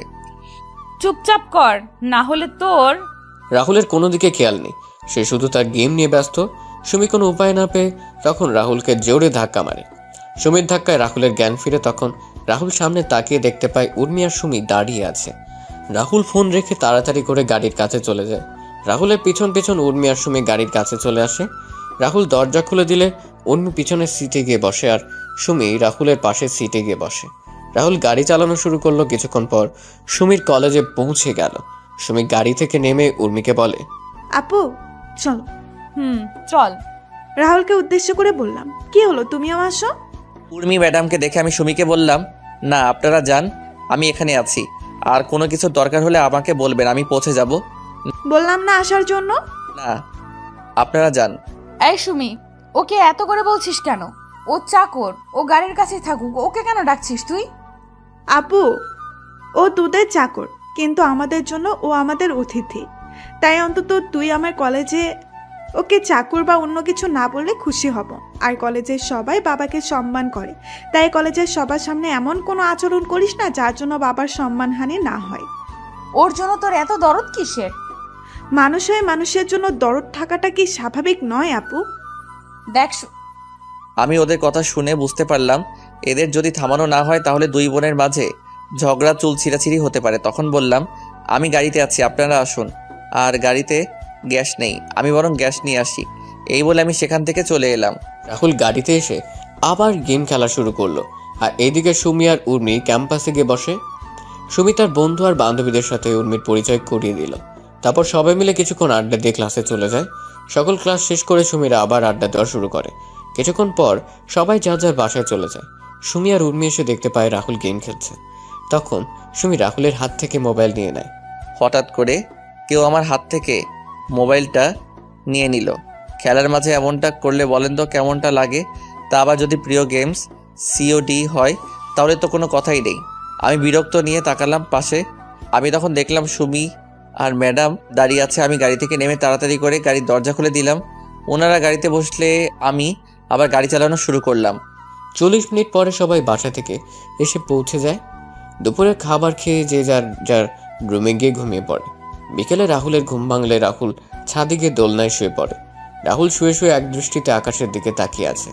সুমিদের বাসার ছাদে এলেই খারাপ থাকা মনটা নিমিষেই ভালো হয়ে যায়। পাখির কিচিরমিচির শব্দ মানুষের বাসায় ফেরার মতো করে পাখিরাও ফিরে যাচ্ছে তাদের আসল ঠিকানায়। আর সাথে পাখির কিচিরমিচির শব্দ, ঝাঁকে ঝাঁকে চড়ুই পাখি দেখে মনে হচ্ছে যেন পাখিদের মিলন মেলা। দল বেঁধে উড়ে এসে বসে গাছের ডালপালায়। গাছের প্রতিটি শাখা প্রশাখা ভরে ওঠে চড়ুই পাখিতে, আর তাদের কিচিরমিচির শব্দে মুখর থাকে গোটা এলাকা। সুমিদের পাশে বিদ্যুৎ কেন্দ্রের বাগানে বিকেল হলে সমাবেশ শত শত চড়ুই পাখির। সারাদিন এই স্থানটি ফাঁকা থাকে, তবে বিকেল হলেই শুরু হয় পাখিদের আনাগোনা। ঝাঁকে ঝাঁকে চড়ুই পাখি এসে বসতে থাকে পল্লী বিদ্যুৎ সংলগ্ন আশপাশের গাছপালাগুলোতে। সন্ধ্যার আগ মুহূর্ত পর্যন্ত হাজার হাজার পাখি এসে জড়ো হয় এলাকাটিতে। পাখিদের কলকাকলিতে মুখর হয়ে ওঠে পুরো এলাকা। এ সময় এক অপূর্ব পরিবেশের সৃষ্টি হয়। তখনই রাহুল কারো ছাদের আসার শব্দ শুনতে পায়। তখন রাহুল তাকিয়ে দেখে সুমি আর উর্মি ছাদে আসছে। রাহুল সেটা দেখেও না দেখার ভান করে শুয়ে পড়ে। শুয়ে শুয়ে পাখিদের আনাগোনা দেখছে। তখন উর্মি সুমিকে বলে, দেখ কেমন করে শুয়ে আছে। ও শুয়ে আছে, তাতে তোর কি আপু? আমরা এখানে আসছি সেটা কি ও চোখে দেখতে পাচ্ছে না? আচ্ছা আপু, তুই আমায় একটা কথা বলবি? কি কথা বল। রাহুল কি ছোট থেকে আজ পর্যন্ত তোর সাথে কখনো খারাপ ব্যবহার করেছে? তুই রাহুলকে সবার সামনে অনেক বাজেভাবে অপমান করিস, তারপরেও রাহুল তোকে কিছু বলেছে কি? চাকর হয়ে বলবে কি? আপু, ও চাকর হলে ও কিন্তু আমাদেরও মানুষ। আচ্ছা আপু, আজকে যদি রাহুল চাকর না হয়ে কোনো ধনী ছেলে হতো, আর তুই যদি রাহুলের জায়গায় থাকতি, তাহলে তুই যেভাবে রাহুলকে আঘাত করিস, তাকে অনেক বাজেভাবে সবার সামনে টিজ করিস, সেগুলো রাহুল যদি তোর সাথে করতো, তাহলে তুই কি সেগুলো সহ্য করে নিতি? আপু, আমরা যেমন কষ্ট পেলে সেগুলো সহজেই প্রকাশ করতে পারি, কিন্তু রাহুল কষ্টগুলো সহজেই প্রকাশ করতে পারে না। রাহুল তার মনের কষ্টগুলো নিজের মাঝে জমিয়ে রাখে। জানিস তো আপু, মানুষ যখন তার নিজের কষ্টগুলো কারোর সাথে শেয়ার করতে পারে না, তখন আকাশের দিকে তাকিয়ে সেই কষ্টগুলো শেয়ার করে। আপু, তারপরেও যদি তুই চাস, তাহলে আমি রাহুলকে এখান থেকে তুলে দিচ্ছি। সুমির কথাগুলো শুনে কেন জানি উর্মি মনে কিছুটা মায়া হলো রাহুলের জন্য। তখন উর্মি রাহুলের চেহারার দিকে তাকালো। আসলে রাহুলের চেহারায় কষ্টের ছাপ। তখন উর্মি মনে মনে বলে, সত্যি তো, ওর চেহারায় কষ্টের ছাপ স্পষ্ট। না, আমার ওর সাথে এমনটা করা ঠিক হয়নি। সত্যি তো, আমি কষ্ট পেলে আমার কষ্টগুলো বাবা মা বা পরিবারের সাথে শেয়ার করতে পারি, কিন্তু রাহুলের তো কোনো পরিবার নেই যে তার কষ্টগুলো কারোর সাথে শেয়ার করবে। আমার শত অপমান সহ্য করেও আমায় কোনো একটা কটু কথা বলেনি, কিন্তু রাহুলকে দেখলেই কেন জানি অনেক রাগ হয়। নিজের রাগটাকে কেন জানি কন্ট্রোল করতে পারি না। না, সামনে থেকে ওর সাথে আর এমন করব না। এইদিকে সুমি তাকিয়ে দেখতে পায় উর্মি রাহুলের দিকে তাকিয়ে আছে।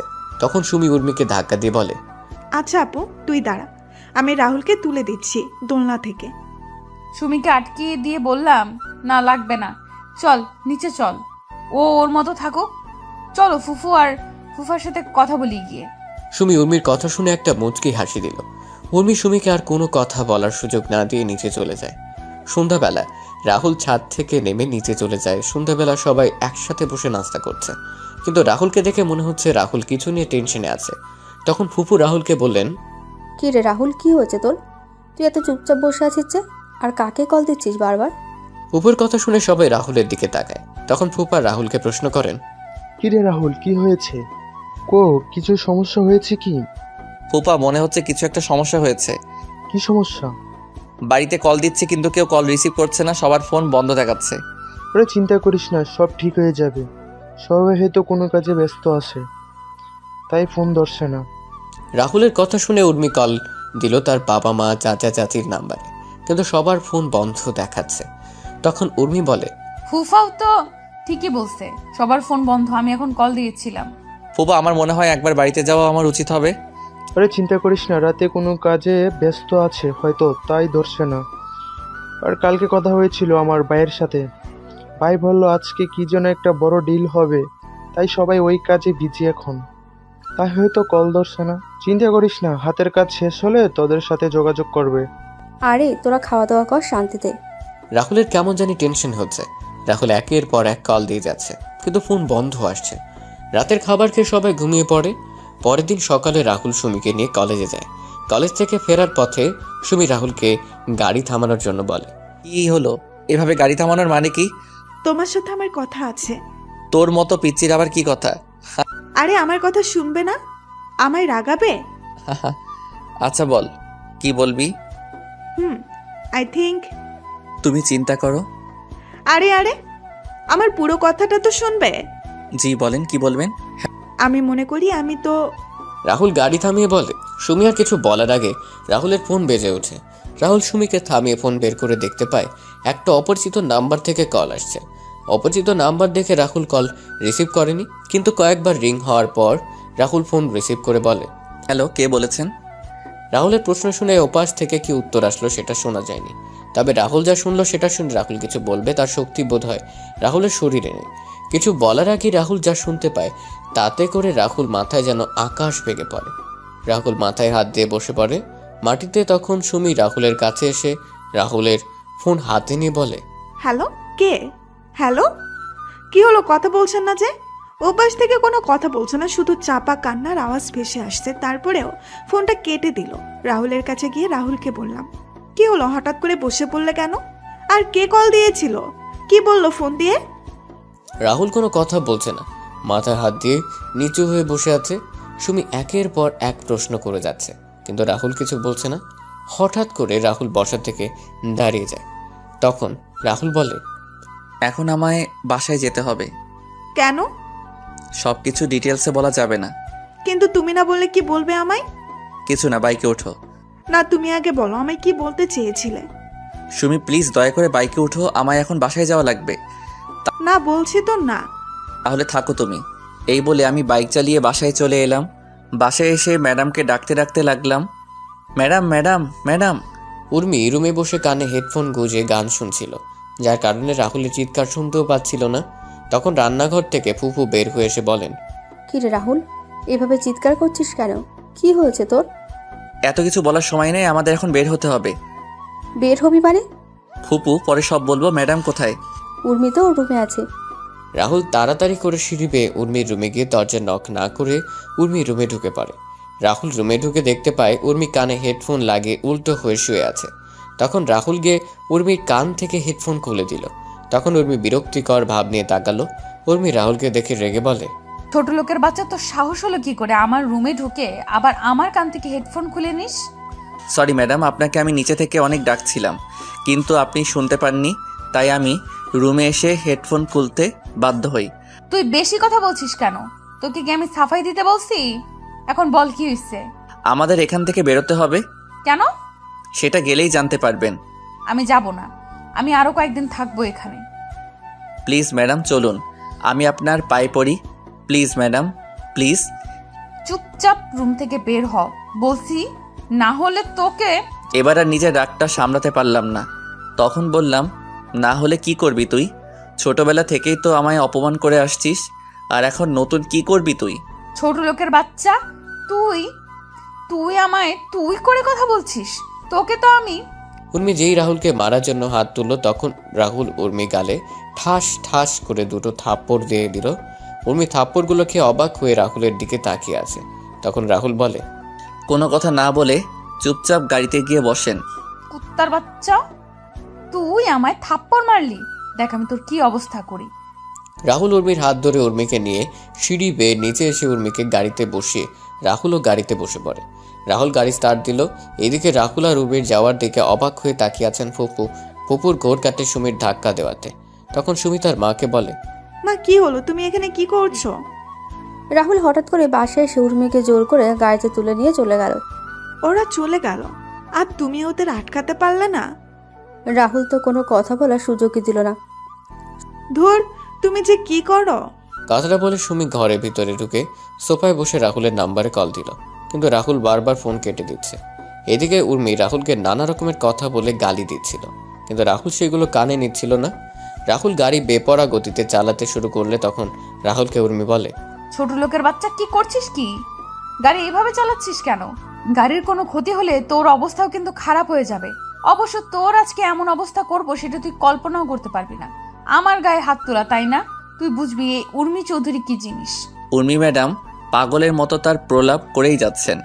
আমি সেদিকে মনোযোগ না দিয়ে আমি চিন্তা করছি ফোনে আসার খবরটা যেন সত্যি না হয়। আমরা বাসায় পৌঁছাতে বোধহয় অনেক লেট করে ফেলেছি। আমরা বাসায় এসে দেখতে পেলাম সবাই বাসার বাগানে বসে আছে। আমি গাড়ি থেকে সবার কাছে গিয়ে ছোট আব্বুকে বললাম, ছোট আব্বু তোমরা এখানে? বাবারে, আমাদের সব কিছু কেড়ে নিয়েছে ও। কে ছোট আব্বু? আমরা ওকে নিজের ছেলের মতো মনে করতাম, কিন্তু ও যে আমাদের পিছন দিয়ে চোরের মতো ছুরি মেরে দিল, এটা হয়তো আমাদের কপালে লেখা ছিল। ছোট আম্মু, ছোট আব্বু, চাচা চাচি, দাদিমা কান্না করছে। সবচেয়ে আমার কষ্ট লাগছে দাদিমার জন্য। দাদিমাকে এই বয়সে এইভাবে বাসার বাইরে থাকতে হবে। সবাইকে শান্ত করার চেষ্টা করছিলাম। তখন ম্যাডাম ছোট আম্মুকে বলেন, মা, তোমরা এইভাবে বাসার বাইরে কেন? আমাদের সব জিনিসপত্র বাইরে দেখছি। বাড়িতে পুলিশ অফিসার, উকিল, এসবের মানে কি? যাও, তোমার ভালোবাসার মানুষকে গিয়ে সেটা জিজ্ঞেস করো। মানে? আমি তোকে আগে বলেছিলাম একে বিশ্বাস করিস না। দেখছিস তো তুই, আজকে ওর জন্য আমরা রাস্তায় নেমে এসেছি। আমি বলছি, চুপ থাক তুই। আজকে ছোট আব্বুরা কার জন্য রাস্তায় এসে নেমেছে সেটা আপনি জানেন? বলছি না চুপ। তুই কি বললি? আর কে আছে এর পেছনে? আপনার হবু স্বামী, আপনার বয়ফ্রেন্ড জয়। রাহুলের কলার চেপে ধরে বললাম, জয়কে নিয়ে একদম মিথ্যা কথা বললাম, তোকে খুন করে ফেলবো। তুই বাড়ির চাকর, বাড়ির চাকরের মতো থাকবি, আমাদের কথার মাঝে কথা বলতে আসবি না একদম। তখন জয় বাসা থেকে বের হয়ে আসে। জয় এসে উর্মিকে উদ্দেশ্য করে বলে, জানো রাহুল সত্যি বলছে এসব। রাহুলের সামনে থেকে জয়ের সামনে গিয়ে বললাম, কি বলছো কি তুমি এইসব? হ্যাঁ জানো, তুমি যা শুনেছো সেটাই সত্যি। এই বাড়ি গাড়ি সেই সম্পত্তি হাতিয়ে নেওয়ার জন্য আমি অনেক কিছু করেছি, আর ফাইনালি আমি আমার প্ল্যানে জয়ী হলাম। জয়, মজা করার সময় এটা না। আরে আমি মজা করছি না তো, আমি সিরিয়াসলি বলছি উর্মি জানেমান, এই সম্পত্তি হাতিয়ে নেওয়ার জন্য আমি তোমার সাথে ভালোবাসার নাটক করি, তোমার পিছনে কুত্তর মতো ঘুরে বেরিয়েছি। আস্তে আস্তে তোমার থেকে সকল ইনফরমেশন কালেক্ট করে তারপর আমি আমার কাজে নেমে পড়ি। আর এখন তোমরা তোমাদের বাড়ির বাইরে। Now get lost my home and get lost my life. ও হ্যাঁ, তোমায় একজনের সাথে পরিচয় করিয়ে দিতে ভুলে গেছি, একটু দাঁড়াও। Liza, Liza, meet my wife Liza. জয়ের কথাগুলো শুনে উর্মির চোখ যেন অমাবস্যার অন্ধকারে নেমে এলো। উর্মি জয়ের কলার চেপে ধরে বলে, এই কুত্তার বাচ্চা, তুই আমায় এভাবে ঠকালি কেন? জয় ঠাস ঠাস করে দুটো থাপ্পড় উর্মির গালে বসিয়ে দিয়ে বলে, তোর মতো নষ্টা আর অহংকারী মেয়েকে কাজে ব্যবহার করা যায়, কিন্তু ভালোবাসা যায় না। আর এই জয়ের রুচি এতটাও খারাপ হয়ে যায়নি যে তোর মতো একটা বাজারি মেয়েকে ভালোবাসবো। তুই ছিলি আমার দাবার চালের এক কোটি, তোকে দিয়েই আমি গেমটা জিতে নিলাম। গেম শেষ, সাথে তুইও। এখন সসম্মানে আমার বাড়ি থেকে বের হয়ে যাও, না হলে ঘাড় ধাক্কা দিয়ে বের করে দেব। রাহুল যখন সবাইকে নিয়ে চলে আসছিল তখন জয় রাহুলকে উদ্দেশ্য করে বলে, কি রে রাহুল, তুই এদের নিয়ে কোথায় যাচ্ছিস? তুই চাইলে থাকতে পারিস আমাদের সাথে, আমরা ওদের মতো এত পশু না যে তোর সাথে খারাপ ব্যবহার করব। হালকা হেসে বললাম, আমি আপনার মতো বেইমানও না যে যেই বিছানায় ঘুমাবো আবার সেই বিছানায় ভেঙেও ফেলবো। জয় সাহেব চাকর হতে পারি, তবে মালিকের সাথে কোনো সময়ই বেইমানি করব না। তবে খুব তাড়াতাড়ি দেখা হবে আপনার সাথে। জায়গা এটা থাকবে, বাড়িও এটা থাকবে, তফাৎ শুধু হবে আমি বাড়ির মালিক আর আপনি রাস্তার কুত্তা হবেন। কথাটি বলে রাহুল সবাইকে নিয়ে চলে আসে ওই বাসা থেকে। রাহুল সবাইকে নিয়ে একটা বাগানের পাশে বসে। তখন রাহুল সবাইকে উদ্দেশ্য করে বলে, ছোট আব্বু, চাচা, এসব হলো কি করে? আমরা কিছুই বলতে পারছি না। আজ সকালে হঠাৎ করে নোটিশ আসে বাসা ছেড়ে দেওয়ার জন্য, আর কালকে আমাদের হাত থেকে সব কন্ট্রাক্ট বের হয়ে যায়। যে কন্ট্রাক্টের জন্য ব্যাংক থেকে টাকা নিয়েছিলাম সেটা জমা দেওয়ার তারিখ কালকে চলে গেছে। আমি তো কখনো বিশ্বাস করতে পারি নাই জয় এমন করবে। ছোট আব্বু আর চাচা, তোমরা পুরনো কথা ভুলে যাও, আমাদেরও নতুন করে আবার শুরু করতে হবে। কিন্তু নতুন করে শুরু করতে হলে তো অনেক টাকা দরকার। সেসব চিন্তা পরে করা যাবে, আগে দাদিমাকে নিয়ে চলো ফুপাদের বাড়িতে। আর ছোট আব্বু আর চাচা, তোমরা সেখানে কয়েকটা দিন থাকতে হবে, আর আমি আবার সিলেটে ফিরে আসব। কেন? কাজ আছে ছোট আম্মু। তারপর রাহুল একটা গাড়ি ঠিক করে সবাইকে নিয়ে আবার ফুপাদের বাড়ির উদ্দেশ্যে রওনা দিল। 3 ঘন্টা পর সবাই ফুপাদের বাসায় পৌঁছে গেল। ফুপু সবাইকে দেখে তো অনেক খুশি। তারপর সবাই মিলে ভেতরে গিয়ে বসতেন আর রাহুল তার রুমে চলে যায়। এদিকে সুমি ও রাহুলের রুমে আসে। সুমি এসে দেখতে পায় রাহুল তার জামা কাপড় সব গুছিয়ে নিচ্ছে। তখন সুমি রাহুলকে বলে, কি ব্যাপার, তুমি কাপড় গুছাচ্ছ কেন? চলে যাব তাই। মানে? যা শুনেছো সেটাই। আমি আর কোনো কথা না বলে ব্যাগ নিয়ে নিচে চলে এলাম। আমায় নিচে নামতে দেখে ছোট আব্বু বললেন, কি রে, কোথায় যাচ্ছিস তুই? কাজে। কিসের কাজে আর কোথায় যাচ্ছিস? চট্টগ্রামে যাচ্ছি। দাদু ভাই, আমাদের ছেড়ে যাবি তুই?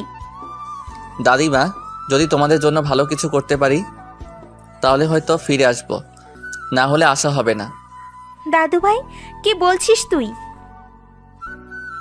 তোর কথার মানে কিছু বুঝতে পারছি না আমি। কথাগুলো বলে চোখের জল মুছে নিলাম।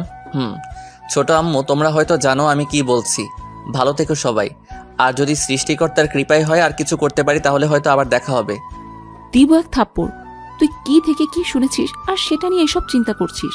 আর এইগুলো চিকিৎসা করলে ভালো হয়ে যায়। তুই এ নিয়ে চিন্তা করিস না, তুই ভালো হয়ে যাবি একদম। হয়তোবা তার উল্টোটা হতে পারে। ছোট আব্বু, চাচা আর চাচি, তোমাদের অনেক মনে পড়বে। আর খুব তাড়াতাড়ি তোমাদের সবকিছু আশা করি ফিরিয়ে দিতে পারবো। এখন আসি আমি, ভালো থেকো সবাই। রাহুল কথাটা বলে একবার সবার দিকে তাকিয়ে হাঁটা দিল। কি যেন মনে করে আবার দাঁড়িয়ে পড়ে। রাহুল পেছন ফিরে সুমির সামনে এসে বলে, সুমি, ভালো করে পড়ালেখা করিস, তোকে অনেক বড় একজন ডাক্তার হতে হবে। আর ভালো কাউকে দেখে বিয়ে করে নিস। আর আমায় নিয়ে উল্টাপাল্টা চিন্তা করা বন্ধ কর। তোর সামনে একটা উজ্জ্বল ভবিষ্যৎ দাঁড়িয়ে আছে। ফুপু আর ফুপা তোর থেকে অনেক ভালো কিছু আশা করে, তুই তাদের সে আশাটুকু এভাবে শেষ করে দিস না। রাহুলের কথা শুনে সুমি এবার কান্না করে দিল। রাহুল যখন দুপুরে চলে যায় তখনও সুমি অনেক কান্না করেছিল। সুমি কান্না মিশ্রিত স্বরে বলে, তুমি হঠাৎ করে এই ধরনের কথা বলছো কেন? আর আমি কি বলছি তুই ভালো করে সেটা বুঝতে পারছো। আশা করি তুই আমার ইচ্ছেটা পূরণ করবি। রাহুল এবার উর্মির সামনে গিয়ে বলল, ম্যাডাম, আজকে ঘটনার জন্য আমি দুঃখিত। আমি জানি আপনার উপর এভাবে হাত তোলা আমার ঠিক হয়নি। আমি চাইলে সেই থাপ্পড়গুলো আমায় ফিরিয়ে দিতে পারেন, আমি কিছু বলবো না। উর্মি এত সময় সবার কথা শুনছিল আর সবার মুখের দিকে তাকাচ্ছিল। রাহুলের কথা শুনে রাগ হলেও কেন জানি উর্মি আজকে রাহুলের কথাগুলো শুনতে বেশ খারাপ লাগছে। তখন উর্মি বলে, যা, ক্ষমা করে দিলাম। রাহুল বেরিয়ে পড়ে বাসা থেকে। তারপর রাহুল একটা বাসে উঠে পড়ে লক্ষ্য চট্টগ্রাম যাওয়া। কিছুক্ষণ পর বাস চলা শুরু করলো চট্টগ্রামের উদ্দেশ্যে। পরের দিন সকালে বাস পৌঁছে যায় চট্টগ্রামে। রাহুল বাস থেকে নেমে একটা অফিসের উদ্দেশ্যে একটা সিএনজি নিয়ে রওনা দিল। কিছুক্ষণ সিএনজি এসে থামে একটা অফিসের সামনে। রাহুল ভাড়া মিটে অফিসের দিকে হাঁটা দিল। তখন দারোয়ান রাহুলের পথ আটকে দাঁড়ালো। দারোয়ান রাহুলকে বলে, কোথায় যাবেন আপনি? আপনার বসের সাথে দেখা করব। স্যারের সাথে দেখা করার জন্য অ্যাপয়েন্টমেন্ট নিতে হবে। না। তাহলে আজকে আপনি স্যারের সাথে দেখা করতে পারবেন না। আচ্ছা, আপনি কাগজটা আপনার স্যারের কাছে দিলেই উনি আমায় চিনতে পারবেন। আচ্ছা। রাহুলকে বসিয়ে রেখে দারোয়ান রাহুলের দেওয়া কাগজটা নিয়ে ভেতরে চলে গেল। দারোয়ান তার স্যারের কাছ থেকে অনুমতি নিয়ে তার রুমে প্রবেশ করে। তখন দারোয়ান তার স্যারকে উদ্দেশ্য করে বলে, স্যার, একটা লোক আপনার সাথে দেখা করতে চায়, কিন্তু উনি আচ্ছা অ্যাপয়েন্টমেন্ট নিয়ে আসেননি। চাচা, তাহলে বলে দাও আমি বিজি কিন্তু স্যার, এই কাগজটা দিয়ে বললেন এই কাগজটা দেখলে আপনি ওনাকে চিনতে পারবেন। আছি। আচ্ছা, দাও দেখি কাগজটা। কাগজটা পড়ে অফিসের বস দারোয়ানকে উদ্দেশ্য করে বলল, চাচা, কোথায় আছেন এখন রাহুল? রাহুলকে এই চিঠিটা যে দিয়ে গেছে সে কোথায় এখন? স্যার, ওনাকে আমি ওয়েটিং রুমে বসিয়ে আসছি। আচ্ছা, চলো। তারপর দারোয়ান আর বস মিলে ওয়েটিং রুমে এসে দেখতে পায় রাহুল বসে আছে। তখন বস রাহুলকে গিয়ে জড়িয়ে ধরে বলে, বন্ধু রাহুল, তুই কেমন আছিস? আমি ভালো আছি রে সুফিয়ান, তুই কেমন আছিস? ভালোই আছে। তোর এমন অবস্থা কেন? চাকরের অবস্থা কেমন হবে আর? আরে শালা, আবারও একই কথা বলিস? তুই কি আর এই কথাগুলো ছাড়া অন্য কথাগুলো বলতে পারিস না? যা সত্যি তাই বললাম। চল আমার রুমে, কতদিন পরে তোর সাথে দেখা। আর দারোয়ান চাচা, তুমি 2টা ঠান্ডা পাঠিয়ে দিও আমার রুমে, বল। আচ্ছা। রাহুল আর সুফিয়ান তার রুমে এসে বসে। কিছুক্ষণ পর অফিসের একটা ছেলে এসে রাহুল আর সুফিয়ানকে ঠান্ডা দিয়ে যায়। সুফিয়ান তখন রাহুলকে বলে, বন্ধু, এবার তোর কি খবর? ভালো আছি, তুই কেমন আছিস? ভালো আছি বন্ধু। আজকের এই ভালো থাকার পেছনে সব অবদান তোর বন্ধু। আজকের এই ভালো থাকার পেছনে সব অবদান তোর বন্ধু। তুই যদি ওই দিন আমায় সাহায্য না করতে, তাহলে আমি কখনো ভালো থাকতে পারতাম না, আর এই পজিশনে আসতেও পারতাম না। আরে শালা, তুই আমার বন্ধু, আমি তোকে সাহায্য করব না তো কাকে করব বল? তোর মতো বন্ধু পাওয়া ভাগ্যের ব্যাপার। মিতু আর নমি কেমন আছে? ভালো আছে ওরা। চল বাসায় চল, আজকে কতদিন পরে একসাথে। আর মিতু তো তোকে দেখলে অনেক খুশি হবে। জানিস, মিতু আর আমি প্রায় তোর কথা বলি। না রে বন্ধু, তোর কাছে কিছু কাজে আসছি, সেটা হয়ে গেলে আমি চলে যাব। শাল্লা, চলে যাবে মানে? পাক্কা কয়েক মাস আমার এখানে থাকবে। 2 বন্ধু মিলে অনেক ঘোরাঘুরি করব। চল বাসায় চল, এখন আর কোনো কথা হবে না। তারপর সুফিয়ান রাহুলকে জোর করে নিয়ে অফিস থেকে বাড়ি চলে যায়। বাসার সামনে গিয়ে রাহুল বেল বাজায়। কিছুক্ষণ পর মিতু দরজা খুলে দিল। সুফিয়ানকে দেখে মিতু বলে, কি ব্যাপার, তুমি এই সময় বাড়িতে? আমি আর আমার সাথে একজন এসেছে, যাকে দেখলে তুমি অনেক খুশি হয়ে যাবে। ও আচ্ছা, তাই নাকি? তাহলে দেখি কে আছে। মিতুর কথা শুনে সুফিয়ান সরে দাঁড়ায়। তখন মিতু দেখতে পায় রাহুল দাঁড়িয়ে আছে। রাহুলকে দেখে মিতু রাহুলকে জড়িয়ে ধরে। তখন মিতু বলে, আরে রাহুল, তুই কেমন আছিস? ভালো আছি, তুই কেমন আছিস? অনেক ভালো আছি রে, আয় ভেতরে আয়। ভিতরে গিয়ে বসার পর রাহুল সুফিয়ানকে বলে, সুফিয়ান, তোর সাথে কথা ছিল, আর আমায় সিলেট ফিরতে হবে। ওই হারামি, এখন কয়েক মাস সিলেটে যাওয়া হচ্ছে না তোর। তুই এখন আমাদের সাথেই কয়েক মাস থাকবি। তা হয় না রে মিতু, আমার হাতে সময় কম, কিন্তু কাজ অনেক। আর কোনো কথা না বলে খাবার টেবিলে আয়, খাওয়া দাওয়া শেষ করে বাকি কথা হবে। রাহুল আর সুফিয়ান খাবার টেবিলে বসতেই নমি এসে রাহুলকে মামা মামা ডেকে রাহুলের কোলে উঠে যায়। রাহুল খাবার খাচ্ছে, সাথে নমিকেও খাইয়ে দিচ্ছে। মিতু আর সুফিয়ান তো অনেক খুশি রাহুলকে পেয়ে। খাওয়া দাওয়া শেষ করে রাহুল নমিকে কোলে নিয়ে সোফায় বসে, সুফিয়ানও এসে রাহুলের পাশে বসে। মিতু তার রান্নাঘরে কাজ শেষ করে এসে রাহুল আর সুফিয়ানের সাথে আড্ডায় অংশ নিল। কিছুক্ষণ পর সুফিয়ান বলল, এখন বল, আগে কি বলতে চাইছিলি? আমার তোর সাহায্যের প্রয়োজন বন্ধু, অনেক ভেবেচিন্তে আমি তোর কাছে এসেছি। কি হয়েছে বলবি তো? আর ও তোকে সাহায্য করবে না, ওর ঘাড় করবে? আরে আমি মানা করেছি কি? তুমি এর মাঝে আমার ঘাড় ধরে টানাটানি শুরু করলে। আচ্ছা বল, তুই কিরকম সাহায্য চাস? শোন তাহলে, সবকিছু খুলে বললাম জয়ের কথাগুলো। ভালো হয়েছে, উর্মির সাথে এমনটাই হওয়ার কথা ছিল। উর্মি তোর সাথে যা করেছে, জয়ের করা কাজগুলো তো কিছুই না, কিন্তু কষ্ট হচ্ছে উর্মির পরিবারের সবার জন্য। ওনারা এইভাবে এই বয়সে বাড়ি ছাড়া হবেন, এর চেয়ে আর খারাপ কিছু কি হতে পারে? তো বন্ধু, এখন আমি কি করতে হবে তুই বল। এই জয়ের কাছ থেকে আমি 1 মিনিটে সবকিছু কেড়ে নিব, তুই শুধু একবার বল। আমায় কিছু টাকা দিবি তুই? ছোট আব্বুকে নতুন একটা ব্যবসায় শুরু করে দিতাম আর কি। এই ছোট ব্যবসায় দিয়ে যদি তারা আগের পর্যায়ে যেতে পারেন তাহলে তো ভালোই হয়। চিন্তা করিস না, আমি তোর সব টাকা 2 বছরের মাঝে পরিশোধ করে দিব। তোর কি মাথা খারাপ হলো রাহুল? তুই কি বলছিস এসব? আরে আজকে যা কিছু আমাদের, তাতে তো তোরও অধিকার আছে। আমি ওসব চাই না রে, আমি চাই শুধু ছোট আব্বুরা যেন তাদের আগের অবস্থানে ফিরে যায়। কি? তার জন্য একটা রাস্তা আছে আমার কাছে। কি? আর 10 দিন পরে আমার অফিসে নতুন শাখা খুলছি, তুই সেই শাখার দায়িত্ব নিয়ে নে। নতুন ব্যবসা শুরু করে তুই সুবিধা করতে পারবি না, তাই তুই আমার এই ব্যবসাটার দেখাশোনা কর। আমি তো আর কয়েক মাস পরে দুবাই শিফট হয়ে যাব। আমি দুবাই চলে গেলেও আমার বিজনেসগুলো তো দেখার কেউ নেই। তুই যদি আমার বিজনেসগুলো দেখার দায়িত্ব নিয়ে নিস তাহলে আমি শান্তিতে থাকতে পারবো। কিন্তু আমার তো আর কোনো কথা না, আমরা কয়েক মাস পরে দুবাই চলে যাব, তাই আমরা এখন কয়েকদিন জমে বেশ আড্ডা দিব। আমার কথাটা তো শুনবি তোরা। আর কোনো কথা না, যা রুমে গিয়ে রেস্ট নে। রাতে বের হব সবাই মিলে, পুরোনো দিনের সেই আড্ডাগুলো আবার জমিয়ে তুলতে হবে। এদিকে রাহুল বাসা থেকে চলে আসার পর সবাই মন খারাপ করে বসে আছে। উর্মি একদিক দিয়ে ভালো লাগছে, আর অন্য দিক দিয়ে জয়ের প্রতি রাগ হচ্ছে। উর্মি যদি জয়কে সামনে পেত তাহলে তাকে খুন করে ফেলতো। উর্মি সবার দিকে তাকিয়ে উর্মি তার মাকে উদ্দেশ্য করে বলে, মা, তোমরা সামান্য একটা চাকরের জন্য মন খারাপ করে বসে আছো কেন? উর্মি, তোমাকে আমি কতদিন বলেছি যে রাহুলকে চাকর বলে সম্বোধন করবে না? চাকরকে চাকর বলবো না তো কি বলবো? মারে, এমন করে কেন বলছিস? ছেলেটা তো আমাদের পরিবারের একজন সদস্য। দেখছিস না ছেলেটা আমাদের বিপদে কিভাবে সবার আগে ঝাঁপিয়ে পড়েছে। নিজের ছেলে মেয়ে থাকলে এমন ভাবে কাজ করতো কিনা সেটা আমার সন্দেহ আছে। আরে চাচ্চু, তুমি দেখছো না চাকরের বাচ্চা আমাদের সবাইকে বিপদে ফেলে কি করে পালিয়ে গেছে? আমরা যে ওকে এত বছর খাইয়ে পড়িয়ে মানুষ করলাম, তার কোনো প্রতিদান সে কোথায় দিল? সে সবার আগে নিজের কথা চিন্তা করে আমাদের সবাইকে এখানে রেখে এভাবে পালিয়ে গেছে। উর্মি, সেটা তোর ভুল ধারণা। আমার কোনো ভুল ধারণা না, ভুল ধারণা হচ্ছে তোমাদের। তোমরা ওই অনাথের বাচ্চাকে আমাদের বাড়িতে এনে এত বছর খাইয়ে এত বড় করলে, ওরা আমাদের জন্য কি করলো?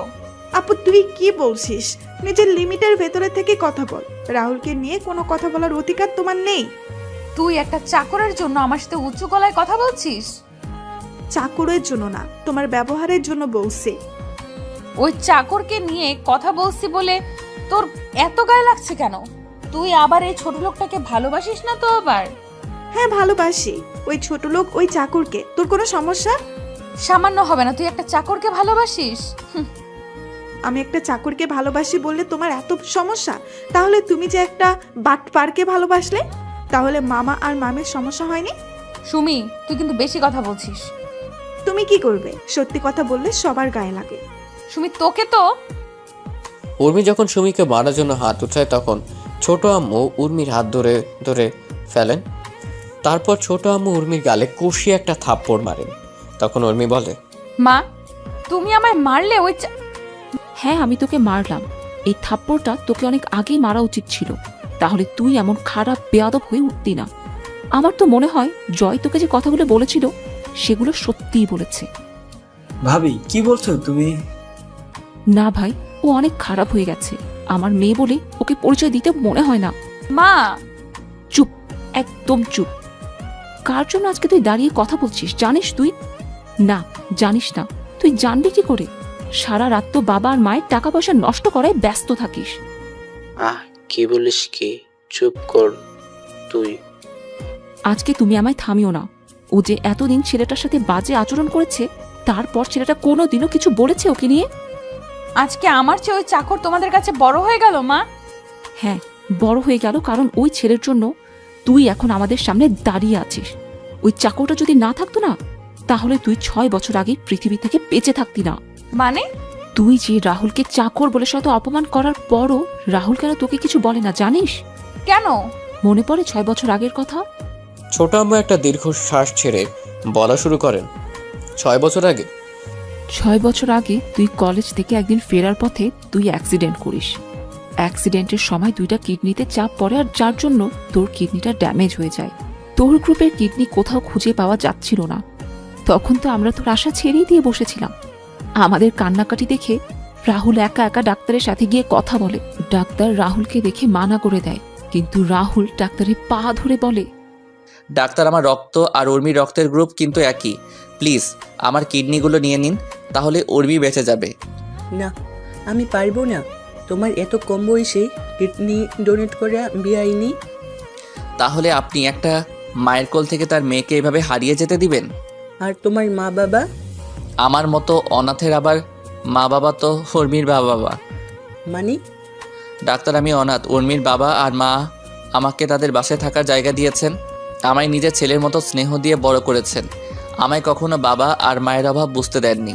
এখন আপনি বলেন, আমার কি ওদের মেয়ের জীবন বাঁচানো উচিত না? আমার কোনো কিছুর প্রয়োজন হলে সেটা আমি বলার আগেই আমার জন্য নিয়ে আসেন।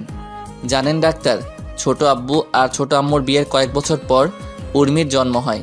উর্মির জন্মের পর চৌধুরী বাড়ির সবাই কী যে খুশি হয় সেটা আপনাকে আমি বলে বোঝাতে পারবো না।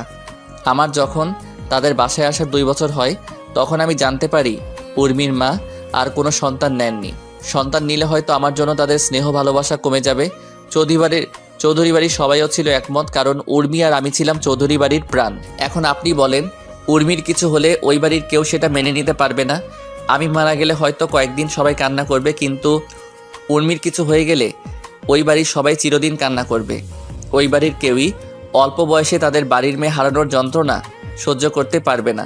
জানেন ডাক্তার, আমি ছোটবেলায় আমি মায়ের বাবার আদর পাইনি কখনো, এখন পেয়েছি। আমি সেই বাবা আর মাকে কিভাবে নিজের সামনে কষ্ট পেতে দেখতে পারি আপনি বলুন। আপনি যদি আমার কিডনি না নেন, তাহলে আমি এখন আপনার চেম্বার থেকে বের হয়ে আত্মহত্যা করা ছাড়া আমার কোনো উপায় থাকবে না। আমি ওই বাড়ির সবাইকে এভাবে কষ্ট পেতে দেখতে পারবো না। আমার আত্মহত্যার একমাত্র কারণ হবে না আপনি। কিন্তু দেখো বাবা, তুমি আমার কথা বুঝতে পারছো না।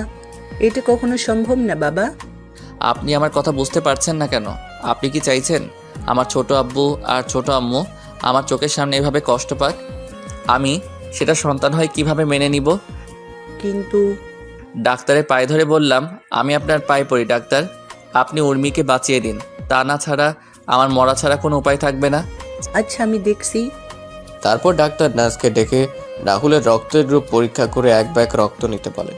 2 ঘন্টা পর রাহুলের অপারেশন শুরু হয়। রাহুলকে অ্যানেস্থেশিয়া দেওয়ার পরও রাহুলের পেট যখন কাটা হয়, রাহুলের শরীর তখন কেমন যেন খিচে আসছিল। তখন কিডনি বের করা হচ্ছিল। তখন রাহুলের মুখ দিয়ে ফেনা বের হয়ে আসে। রাহুলের কিডনি বের করার জন্য অপারেশন হচ্ছে, আর রাহুল শরীরটা কেমন জানি ঠান্ডা হয়ে আসছিল। তারপর রাহুল হঠাৎ করে অজ্ঞান হয়ে যায়। 3 ঘন্টার অপারেশন শেষে ডাক্তার অপারেশন থিয়েটার থেকে বের হয়। ডাক্তার উর্মির বাবা মা আর চাচার সামনে গিয়ে বলেন, চৌধুরী সাহেব, আপনার মেয়ের অপারেশন হয়ে গেছে। সে এখন বিপদমুক্ত। জ্ঞানে ফেরার আগ পর্যন্ত তাদের আইসিইউয়ে রাখা হয়েছে। ডাক্তারের কথা শুনে 3 জনই দাঁড়িয়ে যায়। সবার মুখে হাসি ফুটে ওঠে। তখন উর্মির বাবা ডাক্তারকে বলেন, ডাক্তার, আপনারা বলেন কিডনি পাওয়া যায় কি না? কিডনি পাওয়া যায়নি, তবে একটা ছেলে তার কিডনি স্বেচ্ছায় দিয়েছে। তার 2টা কিডনি আমরা আপনার মেয়েকে আর আপনার মেয়ের কিডনিগুলা ওই ছেলেকে লাগিয়ে দিয়েছি। কিন্তু এতে তো ডাক্তার ছেলেটা মারা যাবে। তবে ছেলেটা যদি মেডিসিন নিয়মিত খায়, তাহলে হয়তো কয়েকটা বছর বেশি বাঁচতে পারবে। আর ভাগ্য ভালো হবে 10-15 বছর আপনার মেয়ের 2টা কিডনির মাঝে ডান পাশের কিডনি 40% ভালো ছিল। ডাক্তার, সেই ছেলেটা কোথায়? আমরা ছেলেটার সাথে দেখা করতে চাই, যে ছেলেটা তার জীবন বাজি রেখে আমাদের মেয়েটাকে এইভাবে বাঁচিয়ে দিল। আসুন আমার সাথে। তারপর ডাক্তার 3জনকে নিয়ে আইসিইউতে নিয়ে গেলেন। রুমের ভিতরে ঢুকে বেডের দিকে তাকিয়ে 3জনেই শকড হয়ে যায় রাহুলকে আর উর্মিকে পাশাপাশি বেডে শুয়ে থাকতে দেখে। তখন চাচা ডাক্তারকে বলেন, ডাক্তার, রাহুলের কি হয়েছে? এইভাবে শুয়ে আছে যে? এই ছেলেই তো আপনার মেয়ের কিডনি ডোনেট করেছে। ডাক্তার, রাহুলের কথা শুনে আপনি ওর থেকে কিডনি নিয়ে নিলেন?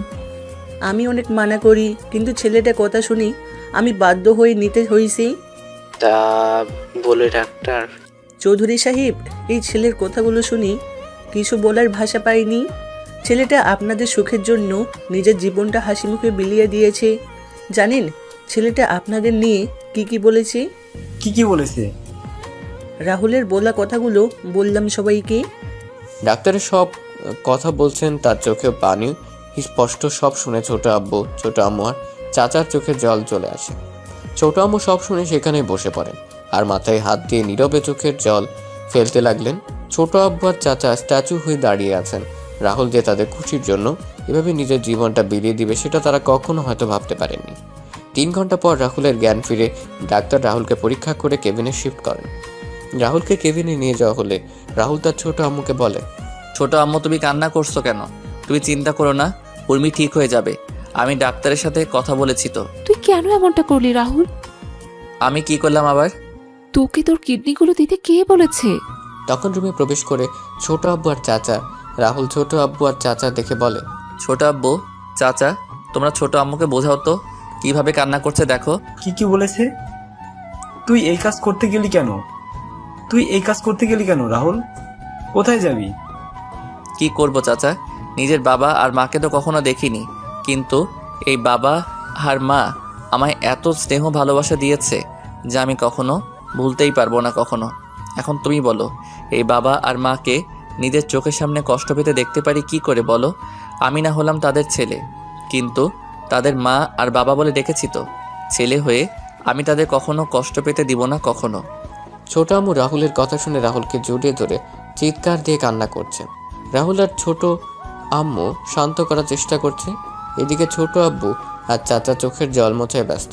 কিছুক্ষণ পর উর্মির জ্ঞান ফেরার খবর নার্স এসে দিয়ে যায়। তখন রাহুল সবাইকে উর্মির কাছে যাওয়ার জন্য বলে। তখন সবাই উর্মির কাছে যায়। উর্মি জ্ঞান ফেরার পর সবার সাথে কথা বলে। উর্মি আর রাহুল 10 দিন হাসপাতালে ছিল। 10 দিন পরে সকালে রাহুলকে নিয়ে বাসায় যাওয়া হয় আর বিকেলে উর্মিকে বাসায় নিয়ে যাওয়া হয়। উর্মি রাহুলকে হাসপাতালে দেখে কিছুটা অবাক হয়। তখন তার মাকে জিজ্ঞেস করে। তখন তার মা বলেন রাহুল অ্যাক্সিডেন্ট করেছে। উর্মি তার মায়ের কথাটা শুনে কেন জানি মনে হলো তার মা মিথ্যে বলছে। তারপরও উর্মি আর কোনো কথা বলেনি। এভাবে কেটে যায় 2 মাস। রাহুল আর উর্মি এখন পুরোপুরি সুস্থ হয়ে যায়। রাহুলের কিডনি ডোনেট করার কথা দাদিমা আর ফুপা শুনেন ছোট আম্মু আর ছোট আব্বুর থেকে। একদিন রাহুল উর্মি আর তার চাচিকে ছাড়া সবাইকে ডেকে বলে, সবার উদ্দেশ্য আমার একটা কথা বলার আছে। কি কথা? আমি যে উর্মিকে আমার কিডনি ডোনেট করেছি সেটা যেন উর্মি কখনো জানতে না পারে। এত বড় একটা কথা আমরা উর্মির থেকে কেন লুকাবো? আমি বলছি তাই ছোট আম্মু। দাদু ভাই, কি বলছিস তুই? তুই উর্মির এত বড় একটা উপকার করলি, সেটা উর্মি জানবে না? দাদিমা, উর্মির না জানাই ভালো নয় কি? কিছু কথা না হয় অজানায় থাকুক না। আর তারপরও যদি তোমরা চাও উর্মিকে বলতে, তাহলে আমি সেদিনই এই বাড়ি ছেড়ে চিরদিনের মতো চলে যাব। দাদু ভাই। হ্যাঁ দাদিমা, আমি তোমাদের কাছে হাত জোড় করে বলছি, প্লিজ। আচ্ছা, এই কথা কেউ জানবে না, তবুও এই বাড়ি ছেড়ে যাস না। রাহুলকে প্রতিদিন নিয়ম করে মেডিসিন খেতে হতো। রাহুল একদিন মিস করলে সেদিন দাদিমা আর ছোট আম্মু রাহুলকে অনেক বকাঝকা করতো আর রাহুল কানে হাত দিয়ে বসে থাকতো। এভাবে কেটে যায় 6 বছর। বর্তমান সেদিন শপিং মলে রাহুল তোকে বাঁচানোর জন্যই বখারে ছেলেদের সাথে মারামারি করে। মারামারির এক পর্যায়ে ছেলেগুলো রাহুলের পেটের ডান দিকে ছুরি দিয়ে আঘাত করে। ছুরির সামনের অংশ রাহুলের কিডনিতে গিয়ে সোজা আঘাত করে। রাহুল প্রথমে ব্যথা অনুভব না করলেও পরে ব্যথা অনুভব করে, যার জন্য সেদিন অজ্ঞান হয়ে যায়। রাহুলকে নিয়ে হাসপাতালে যাওয়া হলে ডাক্তার অপারেশন করার পর আমাদের সেদিন কি বলেছিল তুই জানিস? ছোট আম্মুর মুখে এমন কথা শুনে উপস্থিত সবার চোখে জল। উর্মির চোখ দিয়ে জল পড়ছে অনবরত। উর্মির চোখের জল মুছে তার মাকে কান্না মিশ্রিত কণ্ঠে বলে, মা সেদিন তো তোমরা কিছু বলনি, কিন্তু আজকে বলো ডাক্তার সেদিন কি বলেছিল? সেদিন ডাক্তার বলেছিল, দেখুন ছুরির আঘাতটা বেশি গভীর। আমি আপনাদের আগেই বলেছিলাম রাহুলের যদি কোনো আঘাত লাগে পেটের ডান পাশে, তাহলে কিন্তু সেটা রাহুলের জীবনে ঝুঁকিতে চলে যাবে। মেডিসিনের কারণে কিডনির অবস্থা আগের মতোই ছিল, কিন্তু ছুরির আঘাতে রাহুলের কিডনি 40% থেকে 20% কমে আসছে। এখন সে কোন সময় রাহুলের কোনো কিছু হয়ে যেতে পারে। হয়তো রাহুল। ডাক্তার, আমার ছেলেটাকে আমার কাছে ফিরিয়ে দিন। যত টাকা লাগবে আমি আপনাকে দিব, তবু আমার ছেলেটাকে আমার কাছে সুস্থ করে দিন। দেখুন এখানে টাকার কথা উঠছে না। রাহুলের গ্রুপের কিডনি কি এতদিনও পাওয়া যায়নি ডাক্তার? দেখুন চৌধুরী সাহেব, রাহুলের কিডনির গ্রুপটা খুব রিয়ার একটা গ্রুপ। আমরা চেষ্টা করে যাচ্ছি, যেটা পাচ্ছি সেটা রাহুলের কিডনি থেকে। সেই কিডনির অবস্থা অনেক খারাপ। এখন রাহুলকে আপনাদের নজরে রাখা উচিত। যত সম্ভব রাহুলকে সব ধরনের সমস্যা থেকে রাহুলকে দূরে রাখতে হবে। তা না হলে রাহুলের হয়তো আমরা চিরকালের মতো হারিয়ে ফেলবো। আমরা সেদিন নিরুপায় হয়ে ডাক্তারের চেম্বার থেকে বের হয়ে আসি। কয়েকদিন পরে রাহুল জানতে পারে তোর জীবনের ঝুঁকি আছে। তখন সেটা তোর বাবাকে জানায়। তো বাবা তোর কথা আর রাহুলের কথা চিন্তা করে তোদের ফুপুর বাসায় পাঠিয়ে দেয়। তুই একটু আগে বললি না রাহুল আমাদের জন্য কি করেছে? রাহুল আমাদের জন্য তোর জন্য নিজের জীবনটা বিলিয়ে দিয়েছে। রাহুল জানতো সে আর এই পৃথিবীতে বেঁচে নেই। সেটা জানার পর নিজের অসুস্থ শরীর নিয়ে বেরিয়ে পড়েছে আমাদের জন্য কিছু করার জন্য। রাহুল এই বয়সে আমাদের জন্য অনেক কিছু করেছে, যা নিজের সন্তানও কখনো করবে না। জানিস তোর এত অপমান সহ্য করেও রাহুল কেন কিছু বলতো না? কেন কেন কিছু বলতো না? কারণ রাহুল ছোট থেকে তোকে পছন্দ করত, সেটা আমরা সবাই জানতাম। রাহুল সেটা আমাদের তোকে বলতে নিষেধ করে। আমরা রাহুলের কথা শুনে অনেক খুশি ছিলাম। আমরা যখন জানতে পারি তখন তুই বিদেশে চলে গেলি, আর তুই যখন দেশে ফিরে এসে বললি তুই জয়কে ভালোবাসিস, সেদিন রাহুলের চোখে জল দেখেছিলাম। আমি তখন রাহুলকে বললাম তার মনের কথা তোকে বলার জন্য। তখন রাহুল বলে, না ছোট আম্মু, উর্মি যখন অন্য কাউকে ভালোবাসে তাকে নিয়ে সে সুখী থাকুক, আমি না হয় তাকে দূর থেকে ভালোবেসে যাব। সব ভালোবাসা পূর্ণতা পায় না ছোট আম্মু। কথাগুলো বলেই ছোট আম্মু দীর্ঘ একটি নিঃশ্বাস নিলেন। সবার চোখে জল স্পষ্ট। উর্মি চিৎকার করে কান্না করছে আর ওর মাকে বলছে, মা এতদিন কেন বললে না তুমি? রাহুল আমার সামনে যখন ছিল তখন কেন বললে না? আমি রাহুলের সাথে এমন কোনো আচরণ কখনো করতাম না। রাহুল বাড়ি ছেড়ে চলে যাবে আমাদের ভয় দেখিয়েছিল। এরকম পরিস্থিতি তৈরি হবে তখন কি জানতো আমরা? তোকে কিছুই বলতাম না, কিন্তু তোর আজকের ব্যবহারের জন্য বলতে বাধ্য হলাম। জানি না ছেলেটা কোথায় আছে, কি করছে।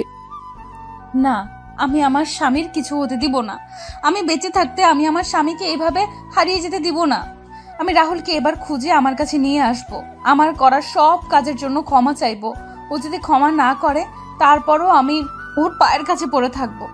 উর্মির কথা শুনে সবাই চোখ বড় করে উর্মির দিকে তাকায়। তখন দাদিমা উর্মিকে বলেন, দিদি ভাই তোর স্বামী মানে? দাদিমা, রাহুল আমার স্বামী। রাহুল তোর স্বামী হলে কি করে? আপু কি বলছিস তুই? তুই তো রাহুলকে সহ্য করতে পারিস না, তাহলে রাহুল তোর স্বামী হলো কি করে? এখন সব শুনে মিথ্যা বলা শুরু করে দিয়েছিস। কয়েকদিন আগে আমার আর রাহুলের বিয়ে হয়েছে পাশের এলাকার একটা মসজিদে। কি বলিস, একটু ক্লিয়ার করে বলতো উর্মি। বাবা, কয়েকদিন আগে আমরা একটা কাজে যাই, সেইখান থেকে আসতে রাত হয়ে যায়। রাস্তায় কয়েকটা বখাটে আমাদের রাস্তা আটকে দাঁড়ায়। রাহুল তখন ছেলেগুলোকে মারতে থাকে। মারামারির এক পর্যায়ে বখাটেদের সাথে তার বন্ধুরা এসে যোগ দেয়। আমরা তখন ভয়ে দৌড়ে পালাতে থাকি। উর্মি কথাগুলো বলে আবার কান্না শুরু করে। সবাই তো উর্মির কথাগুলো শুনে খুশি হয়ে যান। তখন সুমি বলে, না, এটা হতে পারে না। আমি রাহুলকে ভালোবাসি, রাহুল শুধু আমার। রাহুল আমার বিয়ে করা স্বামী। আমি রাহুলকে কোরআনকে সাক্ষী রেখে বিয়ে করেছি। রাহুল শুধু আমার। সুমি, কি হচ্ছে কি? মা, আমি রাহুলকে। চুপ করবে সুমি। উর্মি সেখান থেকে গিয়ে রাহুলের নাম্বারে কল দিল, কিন্তু রাহুলের ফোন বন্ধ। উর্মি বারবার ফোন দিচ্ছে, কিন্তু রাহুলের ফোন বারবার বন্ধ বলছে। উর্মির এবার ভয় হতে লাগলো। ভয় যেন উর্মিকে গ্রাস করে নিচ্ছে। উর্মি একটু আশা নিয়ে আবার কল দিল, কিন্তু ফোন বন্ধ। উর্মি ফোনটা হাত থেকে ছুঁড়ে মারে মেঝেতে। উর্মি মাথায় হাত দিয়ে বসে পড়ে। উর্মির মনে হতে থাকে সে কতবার রাহুলকে অপমান করেছে, আঘাত করেছে। উর্মি নিজের কাজের জন্য অনুশোচনা করছে। উর্মি তাড়াতাড়ি করে বসা থেকে দাঁড়িয়ে নিচে নেমে এসে তার মা আর বাবাকে বলে, মা বাবা, রাহুলের ফোন বন্ধ আসছে। আমি কল দিয়ে যাচ্ছি কিন্তু ফোন বন্ধ আসছে। বাবা মা, তোমরা রাহুলকে আমার কাছে নিয়ে আসো। আমি আমার সকল কাজের জন্য আমি ক্ষমা চেয়ে নেব। আমি আর কখনো এমন আচরণ করব না ওর সাথে। উর্মি কান্না করতে করতে বসে পড়ে। দাদিমা উর্মিকে ধরে রেখে বলেন, দিদি ভাই, চিন্তা করিস না। রাহুল দাদু ভাই খুব তাড়াতাড়ি ফিরে আসবে। বড় খোকা, ছোট খোকা আর জামাই বাবা, তোমরা রাহুলকে তাড়াতাড়ি খুঁজে বের করে নিয়ে আসো। দিদি ভাই তুই চিন্তা করিস না। দিদি ভাই তুই চিন্তা করিস না, আমি ওদের বলেছি, ওরা রাহুলকে খুঁজে নিয়ে আসবে। ছোট আব্বু, চাচা আর ফুপা রাহুলের খোঁজে বেরিয়ে পড়েন। শত চেষ্টা করেও রাহুলের খোঁজ না পেয়ে তারা অসহায়ের মতো ফিরে আসেন। উর্মিও পাগলামি শুরু করে। এদিকে রাহুল, সুফিয়ান, মিতু আর নমির সাথে বেশ আনন্দেই দিন কাটাচ্ছে। শত আনন্দের মাঝেও রাহুলের সবার কথা মনে পড়ে উর্মি কথাগুলো। রাহুল চট্টগ্রাম এসে তার ফোন থেকে পুরাতন সিম খুলে নতুন অ্যাক্টিভ করে নেয়। রাহুল ঠিক করে নেয় সে যতদিন পর্যন্ত জয়ের কাছ থেকে চৌধুরী বাড়ির সকল সম্পত্তি ফিরিয়ে না আনছে ততদিন সে কারোর সাথে যোগাযোগ করবে না। এভাবে কেটে যায় 1 মাস। সুফিয়ান, মিতু আর নমি চলে যায় দুবাই। রাহুল সিলেটের অফিসের দায়িত্ব নেয়। এদিকে উর্মি রাহুলের কোনো খোঁজ না পেয়েও হাল ছাড়েনি। উর্মি সহ বাকি সবাই রাহুলের খোঁজ এখনো করে যাচ্ছে। এভাবে কেটে যায় 5 বছর। আজকে রাহুল বাংলাদেশের টপ বিজনেসম্যানদের মাঝে রাহুল একজন। রাহুলের কাছে এখন যা টাকা পয়সা, বাড়ি গাড়ি আছে তাতে জয়ের মতো কয়েকশো জয়কে কেনা যাবে। রাহুল এখন তারা খেলা শুরু করে দিল। রাহুল তার পিএকে বলে, রাজীব, কালকে থেকে জয়ের কোম্পানির সকল অর্ডার আমরা যাতে পেতে পারি সেই ব্যবস্থা করো। স্যার আমি দেখছি বললে হবে না রাজীব, 2 মাসের ভিতরে আমি জয়কে রাস্তায় দেখতে চাই। জয়কে যারা অর্ডার দেয় তাদের একটা লিস্ট করে আমার কাছে দুপুরের আগে দাও। আমি সবার সাথে কথা বলে আমাদের তৈরি করা প্রোডাক্টের স্যাম্পল তাদের দিয়ে আসবো। স্যার আমি নিয়ে আসছি কিছুক্ষণের মধ্যে। রাজীব রুম থেকে বেরিয়ে গিয়ে লিস্ট তৈরি করতে থাকে। তখন রাহুল তার উকিলকে কল দিয়ে বলে একটা ডিভোর্স পেপার রেডি করার জন্য। উকিলের সাথে কথা বলে রাহুল ফোন কেটে দিয়ে সুফিয়ানকে কল দিল। সুফিয়ান ফোন রিসিভ করে বলে, হ্যাঁ বন্ধু বল। সকল হিসাব দেখে নিয়েছিস তো তুই? রাহুল, তোকে না বলছি এই কোম্পানি আমি তোর নামে লিখে দিয়ে আসছি, তাহলে কেন আমায় সব কিছুর হিসাব দিচ্ছিস? বন্ধু, কোনো কিছু আমার না, এইগুলো তোর আছে, তোর থাকবে। শালা, তোরে যদি হাতের কাছে পেতাম কি করতি? ভর্তা করে দিতাম। ও আচ্ছা, মিতু আর নমি কেমন আছে? মিতু নমিকে খাইয়ে দিচ্ছে। বন্ধু, কালকে থেকে জয়ের পতন শুরু হবে। তাহলে তো ভালোই।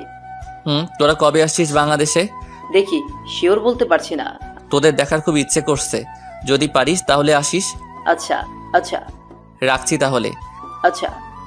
রাহুল ফোনটা রেখে ক্যান্টিনে চলে যায়। রাহুল ক্যান্টিন থেকে খাওয়া দাওয়া করে আবার কাজ করতে থাকে। রাহুল কাজ করছিল তখন রাজীব রুমে আসে আর বলে, স্যার এই যে লিস্টগুলো দেখে বুঝতে পারলাম বেশিরভাগ অর্ডার দুবাই থেকে এসেছে, আর কয়েকটা অর্ডার ইন্ডিয়া থেকে। দুবাই একটা কোম্পানির অর্ডার দেখে আমার চোখ আটকে গেল। আমি ফোন নিয়ে সুফিয়ানকে কল দিলাম। সুফিয়ান ফোন রিসিভ করতেই আমি সুফিয়ানকে বললাম, তুই কি এখন ফ্রি আছিস? তোর সাথে কথা বলার জন্য আমি সবসময় ফ্রি আছি, বল কি বলবি? দুবাইয়ের একটা কোম্পানি জয়ের কোম্পানিকে 10,500 কোটি টাকার অর্ডার দিয়েছে। কি বলছিস কি তুই? এটা দেখে আমিও তো অবাক হয়ে গেছি। কোম্পানির নাম কি? আরজি কোম্পানি। কি? হ্যাঁ, আজকে রাতে তো আরজি কোম্পানির সাথে আমার মিটিং আছে। তাহলে তো ভালোই। শোন, তোকে একটা কাজ করতে হবে আমার। আমি বুঝে গেছি কি করতে হবে, তুই চিন্তা করিস না। আজকে আমি ওই কোম্পানি জয়ের সাথে চুক্তি বাতিল করে তোর সাথে চুক্তিতে যাবে। ধন্যবাদ বন্ধু। আর কোনো কোম্পানি আছে কি? বাকিটা আমি সামলে নিব বন্ধু, তুই শুধু এই কাজটা করে দে। চিন্তা করিস না, কালকে সকালে একটা মেল তোর কাছে যাবে। রাহুল ফোন কেটে অফিসের কাজ শেষ করে চলে যায় ডাক্তারের সাথে দেখা করতে। ডাক্তারের চেম্বারে গিয়ে রাহুল বলে, আচ্ছা, ডাক্তার কেমন আছেন? আরে রাহুল জি, ভালো আছি। তুমি কেমন আছো? আছি একরকম। কোনো সমস্যা হয়েছে? কয়েকটা পেইন কিলার দরকার ছিল। কেন, কি হয়েছে? ব্যথা একটু বেড়ে গেছে। আচ্ছা, আমি লিখে দিচ্ছি। আচ্ছা। রাহুল, তোমায় একটা কথা বলার ছিল। হ্যাঁ ডাক্তার, বলুন। উর্মি এই হাসপাতালে আসে আর তোমার খোঁজ করে কালকেও এসেছিল। আর কত লুকোচুরি খেলবে? এবার তো তাদের সামনে দাঁড়াতে পারো গিয়ে। সবাই তোমার আশা ছেড়ে দিলেও উর্মি তোমায় খুঁজে যাচ্ছে। মেয়েটার চেহারা কেমন যেন রুক্ষ হয়ে গেছে। উর্মির দিকে তাকালে কেমন জানি মায়া হয়। যাব ডাক্তার, আর 2 মাস পরে আমি তাদের সামনে গিয়ে দাঁড়াবো।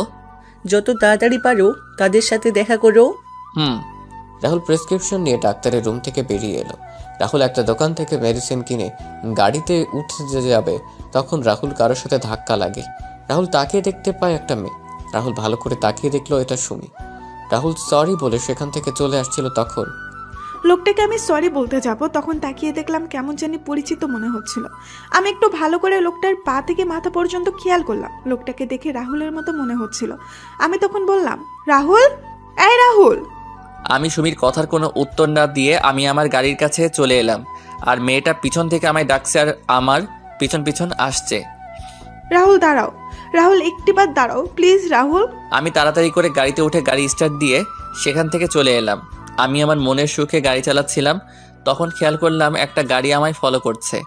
আমি গাড়িটার দিকে একটু ভালো করে তাকিয়ে দেখলাম গাড়িটা সুমির গাড়ি। আমি তাড়াতাড়ি করে গাড়ির স্পিড বাড়িয়ে দিলাম। কিছুক্ষণ পর আমি বাসায় এসে নিজের রুমে চলে গেলাম। এদিকে সুমি কিছু দূর রাহুলের গাড়িকে ফলো করলেও কিছু সময় পর রাহুলের গাড়ি আর খুঁজে পায়নি। সুমি বাসায় ফিরে উর্মিকে ডাকতে শুরু করে, উর্মি আপু, উর্মি আপু, আপু কোথায় তুই? সুমির চিৎকার শুনে সবাই ড্রয়িং রুমে চলে আসে। উর্মি নিচে এসে সুমিকে বলে, কি রে, তুই এত চিৎকার করছিস কেন? আপু আজকে আমায় নাচতে ইচ্ছে করেছে। তুই এই কথা বলার জন্য চিৎকার দিয়ে বাড়ি মাথায় তুলে নিয়েছিস? আরে আপু, আমি আজকে তোকে যা বলবো সেটা শুনে তুইও নাচতে শুরু করবি আর বাড়ি মাথায় তুলে নিবি। সুমি, কি বলবি সেটা বল, এত হেয়ালি করছিস কেন? আমি আজকে হাসপাতাল থেকে ফেরার পথে একজনের সাথে আমার দেখা হয়েছে। তার নাম শুনলে তোমরাও চমকে যাবে। আরে বলবি তো কার সাথে দেখা হয়েছে? আমার ছেলে মানে? সুমি, কাকে দেখে এসে এত লাফাচ্ছিস? তোমার ছেলেকে দেখে বড় মামি। কাকে দেখেছিস একটু ক্লিয়ার করে বলবি? হাসপাতাল থেকে আমি ফেরার সময় দাদিমার মেডিসিন কেনার জন্য আমি একটা ফার্মেসিতে যাই। মেডিসিন কিনে আমি যখন বের হতে যাব তখন আমি রাহুলকে দেখতে পাই। কি? হ্যাঁ আপু, জানিস আমি পেছন থেকে অনেকবার ডাকলাম কিন্তু রাহুল একবারও পেছনে তাকায়নি। আমি গাড়ি নিয়ে রাহুলের গাড়ির পেছনেই, কিন্তু রাহুল হয়তো সেটা বুঝতে পেরে গাড়ির স্পিড বাড়িয়ে কোথায় হারিয়ে যায়। কি বলছিস কি? আমার ছেলে এখনো? সুমি, তুই সত্যি বলছিস তো না মজা করছিস? আপু এই দেখ, আমি ফার্মেসি থেকে রাহুলের গাড়ি ওঠার ভিডিও করেছি। সবাই ভিডিওতে স্পষ্ট দেখতে পায় রাহুলকে। ভিডিওতে রাহুলকে দেখতে পেয়ে সবাই অনেক খুশি হয়, কিন্তু হঠাৎ করে সবাইকে এড়িয়ে যাওয়ার কারণটা কেউ বুঝতে পারছে না। উর্মি তো রাহুলকে আবার এই সিলেট শহরে দেখতে পারবে সেটা কখনো চিন্তাও করেনি। এদিকে রাহুল ফ্রেশ হয়ে এসে বুয়ার রান্না করে রেখে যাওয়া খাবার খেয়ে গাড়ি নিয়ে বেরিয়ে পড়ে। জয়কে অর্ডার দেওয়া কোম্পানিগুলোর মালিকদের সাথে এক এক করে দেখা করতে থাকে। অনেকেই রাহুলের তৈরি করা স্যাম্পল দেখে রাজি হয়ে যায়, আর অনেক প্রথমে রাজি না হলে রাহুল অনেক কষ্ট করে রাজি করায়। রাহুল রাতে ক্লান্ত হয়ে বাসায় ফিরে ফ্রেশ হয়ে বিছানায় শোয়া মাত্রই রাহুলের ফোন বেজে ওঠে। রাহুল ফোন হাতে নিয়ে দেখতে পায় সুফিয়ানের ফোন। রাহুল রিসিভ করতেই সুফিয়ান বলে, কি রে, ঘুমিয়ে পড়েছিস? না, সবার সাথে কথা বলে রাজি করিয়ে একটু আগে বাসায় আসলাম। তোর ওই দিকের খবর কি? কাজ হয়ে গেছে, কালকে সকালে তোর সাথে কথা বলবে। ধন্যবাদ বন্ধু। তোর ধন্যবাদ তোর কাছে রাখ। তোর বউয়ের হাতের রান্না একদিন খাইয়ে দিস, তাহলেই হয়ে যাবে। বউ? বউ আমার কপালে নাই। ধুর শালা, ঘুমা, কালকে সকালে কথা হবে। আচ্ছা, শুভরাত্রি। রাহুল খাবার খেয়ে ঘুমিয়ে পড়ে।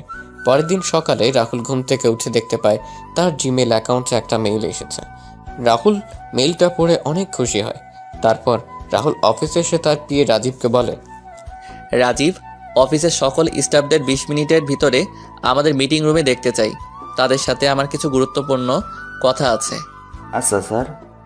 কিছুক্ষণ রাজীব এসে রাহুলকে নিয়ে যায় মিটিং রুমে।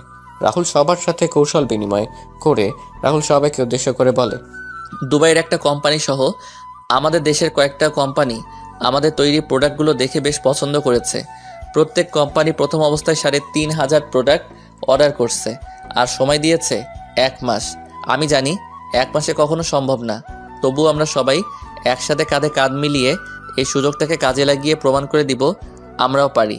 সবার বেতন ডাবল করে দিব, আর যারা ওভারটাইম কাজ করবে তারাও ওভার কাজের জন্য বোনাস পাবেন। যে করে হোক আমাদের জয় গ্রুপ ও কোম্পানিকে পথে নিয়ে আসব। আমি অফিসে জয়েন করার পর আমার কষ্টের কথাগুলো আপনার সাথে শেয়ার করেছি, কারণ আপনারা সবাই হলেন আমার আরেকটা পরিবার। এখন আপনারা যদি আমায় সহযোগিতা করেন তাহলে ওই জয়কে ওর পাপের শাস্তি দিতে পারবো। এখন বাকিটুকু আপনাদের ইচ্ছা। তখন সবাই মিলে একসাথে বলে ওঠে, স্যার আমরা আমাদের নিজেদের সবটা দিয়ে কাজ করে যাব। স্যার আমরা আপনার সাথে আছি সব সময় এবং থাকবো। ধন্যবাদ আপনাদের, সত্যি আমি আপনাদের কাছে কৃতজ্ঞ। আপনারা তাহলে কাজ শুরু করে দিন। এদিকে জয় জানতে পারে তার সকল অর্ডার ক্যান্সেল হয়ে গেছে এবং অর্ডারগুলো আর চৌধুরী নামে একটা কোম্পানিকে দেওয়া হয়েছে। জয় সব শুনে চিৎকার করে বলে, না না, এটা হতে পারে না। আমি যদি অর্ডারগুলো না পাই তাহলে আমায় রাস্তায় নামতে হবে। ব্যাংক থেকে নেওয়ার ঋণ যদি পরিশোধ করতে না পারি তাহলে আমার সব কিছু শেষ হয়ে যাবে। জয় যখন অফিস থেকে বের হয়ে যাবে তখন তার কোম্পানির শ্রমিকরা এসে জয়কে বলে তাদের বেতন দেওয়ার জন্য। 3 মাসের দেওয়ার জন্য আর ফ্যাক্টরি কয়েকটা মেশিন নষ্ট হয়ে গেছে। কিসের বেতন? তোদের কোনো বেতন এখন দেওয়া যাবে না। চুপচাপ গিয়ে কাজ কর, নাহলে সব কটাকে বের করে দেব। মেশিনগুলো নিজেরা ঠিক কর গিয়ে। তখন শ্রমিকরা বলে যদি বেতন না দেওয়া হয় তাহলে তারা আর চৌধুরী কোম্পানি কাজ করবে। শ্রমিকদের কথা শুনে জয়ের লোকেরা রেগে গিয়ে লাঠি হাতে শ্রমিকদের উপর হামলা করে। এইদিকে রাহুল তার অফিস থেকে সবকিছু বসে দেখছে আর হাসছে। এভাবে কেটে যায় 2 মাস। রাহুল সকল কোম্পানির অর্ডারগুলো সঠিক সময়ে পূরণ করতে পেরেছে। রাহুল তার অর্জিত টাকা থেকে তার কোম্পানির স্টাফদের ডাবল বেতন সহ বোনাস প্রদান করে কোম্পানির সবাই অনেক খুশি আজকে। এদিকে ব্যাংক জয়ের সবকিছু বাজেয়াপ্ত করে নিলামে তুলে। জয় চুপচাপ বসে আছে এক কোণে। জয় অনেক চেষ্টা করেছিল আর চৌধুরীর সাথে দেখা করার জন্য, কিন্তু পারেনি, তাই জয় বসে আছে। নিলামে জয় সম্পত্তি অনেক বিজনেসম্যান কেনার জন্য বসে আছে। নিলাম শুরু হলে একজন করে তাদের বাজেট অনুযায়ী দাম বলছে। নিলামের শেষ পর্যায়ে এসে রাহুল বলে ওঠে, 80 কোটি টাকা। 80 কোটি টাকা শুনে সবাই পেছনে তাকিয়ে দেখতে পায় রাহুলকে। সবাই অবাক হয়ে তাকিয়ে আছে। তখন নিলাম কর্মী মাইকে ঘোষণা করে জয়ের সম্পত্তি 80 কোটি টাকায় বিক্রি করে দেন। রাহুল টাকা পরিশোধ করে কাগজ বুঝে নিয়ে যখন চলে যাবে তখন জয় রাহুলের সামনে এসে বলে, কে তুই? 40 কোটি টাকার সম্পত্তি তুই 80 কোটি টাকা দিয়ে কিনে নিলি? তখন রাজীব পাশ থেকে বলে ওঠে, উনি হচ্ছেন বাংলাদেশের টপ বিজনেসম্যান রাহুল চৌধুরী। কি? তার মানে তুই আমায় এভাবে রাস্তায় নামিয়ে নিয়ে এসেছিস? রাস্তার কুত্তাকে তো রাস্তাতেই সুন্দর বানায়। তুই কি বললি? তুই যেভাবে আমার ছোট আব্বুর কাছ থেকে ওনার সম্পত্তি হাতিয়ে নিয়েছিলি ঠিক তেমনি আমি সেই সম্পত্তিগুলো তোর কাছ থেকে নিয়ে নিলাম। আমি অবশ্য তোর মতো বেইমানি করে নেইনি, আমি লিগ্যালি নিয়েছি সব। ছোট আব্বু মানে? আর কে তুই? তোকে তো চেনা চেনা মনে হচ্ছে। মনে আছে এই বাড়িতে এই জায়গায় দাঁড়িয়ে তোকে আমি কি বলেছিলাম? কি বলেছিলি? জায়গা এটা থাকবে, বাড়িও এটা থাকবে, তফাৎ শুধু হবে আমি বাড়ির মালিক আর আপনি রাস্তার কুত্তা হবেন। রাহুল তুই? যাক, চিনতে পেরেছেন তাহলে। কিন্তু কি করে তুই? চৌধুরী বাড়ির চাকর যখন টপ বিজনেসম্যান, এটা বিশ্বাস হচ্ছে না। জানেন তো, ইচ্ছেটা যদি পবিত্র হয় তাহলে সৃষ্টিকর্তা কাউকে কখনো নিরাশ করেন না। আমার ইচ্ছেটা ছিল পবিত্র, তাই তো আমি বাংলাদেশের টপ বিজনেসম্যান। আপনাকে আপনার শ্বশুরবাড়ি নিয়ে যাওয়ার জন্য বাইরে আপনার শালা আর সম্বন্ধীরা অপেক্ষা করছে। আজকে আসি তাহলে। এদিকে সবাই নিউজে দেখছে কোনো এক আর চৌধুরী 80 কোটি টাকা দিয়ে দেউলিয়া জয়ের সমস্ত সম্পত্তি কিনে নিয়েছে। এই নিউজ দেখে সবার মনে হাসি ফুটে ওঠে। তখন দাদিমা বলেন, দেখেছো তোমরা সৃষ্টিকর্তা কিভাবে শয়তানকে শাস্তি দিয়েছে? আমি বলেছিলাম না, জয় তার পাপের শাস্তি একদিন ঠিকই পাবে। হ্যাঁ মা, সৃষ্টিকর্তা আপনার কথা শুনেছেন। এখন শুধু আমার ছেলেটাকে আমার কাছে যেন ফিরিয়ে দেন, সেটাই সৃষ্টিকর্তার কাছে চাই। এদিকে রাহুল গাড়িতে এসে রাজীব আর ড্রাইভারকে বিদায় দিয়ে রাহুল নিজে গাড়ি ড্রাইভ করা শুরু করে। রাহুল চিন্তা করছে ওই বাড়ির সবাই যখন জানতে পারবে তারা তাদের হারানো সবকিছু ফিরে পেয়েছে তখন তারা কতটা খুশি হবে। রাহুল কোর্টে এসে ডিভোর্সের কাগজটা নিয়ে ফুফুদের বাসার উদ্দেশ্যে রওনা দিল। হঠাৎ করে রাহুলের পেটের ডান পাশে ব্যথা শুরু হয়, সাথে রাহুলের মুখ দিয়ে রক্ত পড়া শুরু হয়। রাহুল গাড়ি থামিয়ে গাড়ি থেকে নেমে জল দিয়ে মুখ ধুয়ে একটা পেইন কিলার খেয়ে নেয়। রাহুল গাড়িতে এসে আবার গাড়ি চালানো শুরু করে, কিন্তু ব্যথাটা যেন কমছে না। রাহুল ফুফাদের বাসায় এসে পৌঁছতে সন্ধ্যা হয়ে যায়। রাহুল বাসার কাছে এসে বেল বাজায়। কিছুক্ষণ পর রাহুলের ফুফু এসে দরজা খুলে দিলেন। রাহুলকে দেখে তো ফুফু অবাক হয়ে যান। ফুফু রাহুলকে জড়িয়ে ধরে কান্না করে দিলেন। রাহুল ফুফুকে শান্ত করে তখন ফুফু রাহুলকে বলেন, রাহুল কেমন আছিস তুই? এতদিন পরে আমাদের কথা মনে পড়লো তো? মনে পড়তো, কিন্তু কাজের জন্য আসতে পারিনি। তুমি কেমন আছো ফুপু? এতদিন ভালো ছিলাম না, এখন থেকে ভালো থাকবো। আর জয়কে রাস্তায় না নামিয়ে আসতাম কি করে বলো তুমি? মানে? বাকি সবাই কোথায় ফুপু? সবাই বাসায় আছে, তুই দাঁড়া, আমি ডাকছি সবাইকে। ভাইয়া, ভাবি, মা, উর্মি, সুমি কোথায় তোমরা? তাড়াতাড়ি নিচে আসো, দেখে যাও কে আসছে। ফুফুর আওয়াজ শুনে সবাই নিচে আসে। নিচে এসে সবাই রাহুলকে দেখে তো অবাক। ছোট আম্মু রাহুলকে জড়িয়ে ধরে কান্না শুরু করে দিলেন। রাহুল ছোট আম্মুকে জড়িয়ে ধরে আছে। উর্মি রাহুলকে দেখে উর্মির মুখে ফুটে উঠে এক তৃপ্তির হাসি। তখন দাদিমা রাহুলকে ধরে কান্না করে বলেন, দাদু ভাই, এতদিন পরে আমাদের কথা মনে পড়লো তোর? এবার হয়তো মরতে পারবো শান্তিতে। সৃষ্টিকর্তা হয়তো তোকে দেখা পাওয়ার জন্যই আমায় এতদিন বাঁচিয়ে রেখেছিলেন। আমি দাদিমাকে জড়িয়ে ধরে বললাম, কি করব? তোমাদের সাথে জয় যা করেছে সেটার প্রতিশোধ নিতে হবে না? জয়ের থেকে সব কিছু ফিরিয়ে আনার জন্যই তো আমি এতদিন ধরে আমি আসতে পারিনি। তবে আজকে জয়ের থেকে সব কিছু ফিরিয়ে নিয়ে আসছি। আর রইল তোমার মরার কথা। তোমার এই নাতি থাকতে কার এত সাহস আছে যে তোমায় নিয়ে যাবে? ফিরিয়ে আনার জন্য মানে? আজকে আর চৌধুরী নামে একজন জয়ের সকল সম্পত্তি কিনে নিয়েছে। ছোট আব্বু, আমি জয়ের থেকে সবকিছু কেড়ে নেওয়া সেই আর চৌধুরী। কথাটা বলে রাহুল একবার সবার দিকে তাকিয়ে নিল। এক নজরে রাহুল দেখল সবাই তার দিকে এক দৃষ্টিতে তাকিয়ে আছে। তখন রাহুল তার সাথে আনা সুটকেস থেকে একটা ফাইল বের করে। তার ছোট আব্বু বলে, ছোট আব্বু, এই ফাইলটা নাও। এটা কিসের ফাইল? জয় যা তোমার কাছ থেকে বেইমানি করে নিয়েছিল, আমি সেইগুলো আবার তোমার কাছে ফিরিয়ে দিলাম। তোমারই ছেলে তোমাকে বলেছিল তোমার হারানো সব কিছু ফিরিয়ে দিব। এই নাও তোমার হারানো সব কিছু। রাহুলের কথা শুনে অবাক হয়ে আছে, কেউ কিছু বলছে না। তখন ছোট আম্মু রাহুলকে বললেন, কিন্তু তুই কি করে এসব করলি? খান গ্রুপ অফ কোম্পানির মালিক ইসলাম খানের ছেলে হলো আমার বন্ধু সুফিয়ান। সুফিয়ানের সাথে আমি চট্টগ্রামে দেখা করি, তারপর সুফিয়ানকে সব কিছু খুলে বলি। তখন সুফিয়ান সব শুনে আমায় সাহায্য করে। তারপর আমি এই পর্যায়ে আসি। ছোট আম্মু, আমি চলে যাব একটু পরেই। রাহুলের কথা শুনে উর্মির মুখটা কালো হয়ে যায়। উর্মি সেখান থেকে তার রুমে চলে যায়। উর্মির চলে যাওয়া রাহুলের চোখ এড়ায়নি। রাহুল একবার উর্মির যাওয়ার দিকে তাকিয়ে আবার সবার দিকে মনোযোগ দিল। কোথায় যাবি তুই? কোথায় যাবি? কোথায় যাব জানি না, তবে হয়তো অনেক দূরে চলে যাব। রাহুল কথাটা বলে সুমির সামনে গিয়ে বলে, কিরে ফাজিল, কেমন আছিস? আর কয়েকদিন পর তো ডাক্তার হয়ে যাবি তুই। তোমার সাথে আমার কোনো কথা নাই। ওয়েট, তুমি জানলে কি করে? আমি সব জানি। এখন বল, আমার সাথে কথা বলবি না কেন? 2 মাস আগে তোমাকে কতবার ডাকছিলাম, কিন্তু তুমি কি করলে? আমার কোনো কথার ডাক না শুনে চলে গেলে। আচ্ছা, আমার ভুল হয়েছে, আমায় ক্ষমা করে দিন। না, কোনো ক্ষমা নাই। আমি আর কয়েক ডজন চকলেট এনেছিলাম তোর জন্য, কিন্তু তুই তো কথা বলবি না আর আমায় ক্ষমা করবি না। তাহলে কি আর করার, সেগুলো আবার নিয়ে যাব। আচ্ছা, নিয়ে যাও, আমি কি মানা করছি? আচ্ছা। রাহুল সুটকেসটা নিয়ে সিঁড়ি বেয়ে উপরে উঠছিল। তখন সুমি বলে, দাঁড়াও। কেন? আমার চকলেটগুলো দিয়ে তারপর তোমার বউয়ের কাছে যাও। বউ মানে? দাদু ভাই, আমরা তোর আর উর্মির বিয়ের ব্যাপারে জেনে গেছি। হো, ভালো। কি হলো? চকলেট কই? এই নে চাবি, গাড়িতে গিয়ে দেখ রাখা আছে।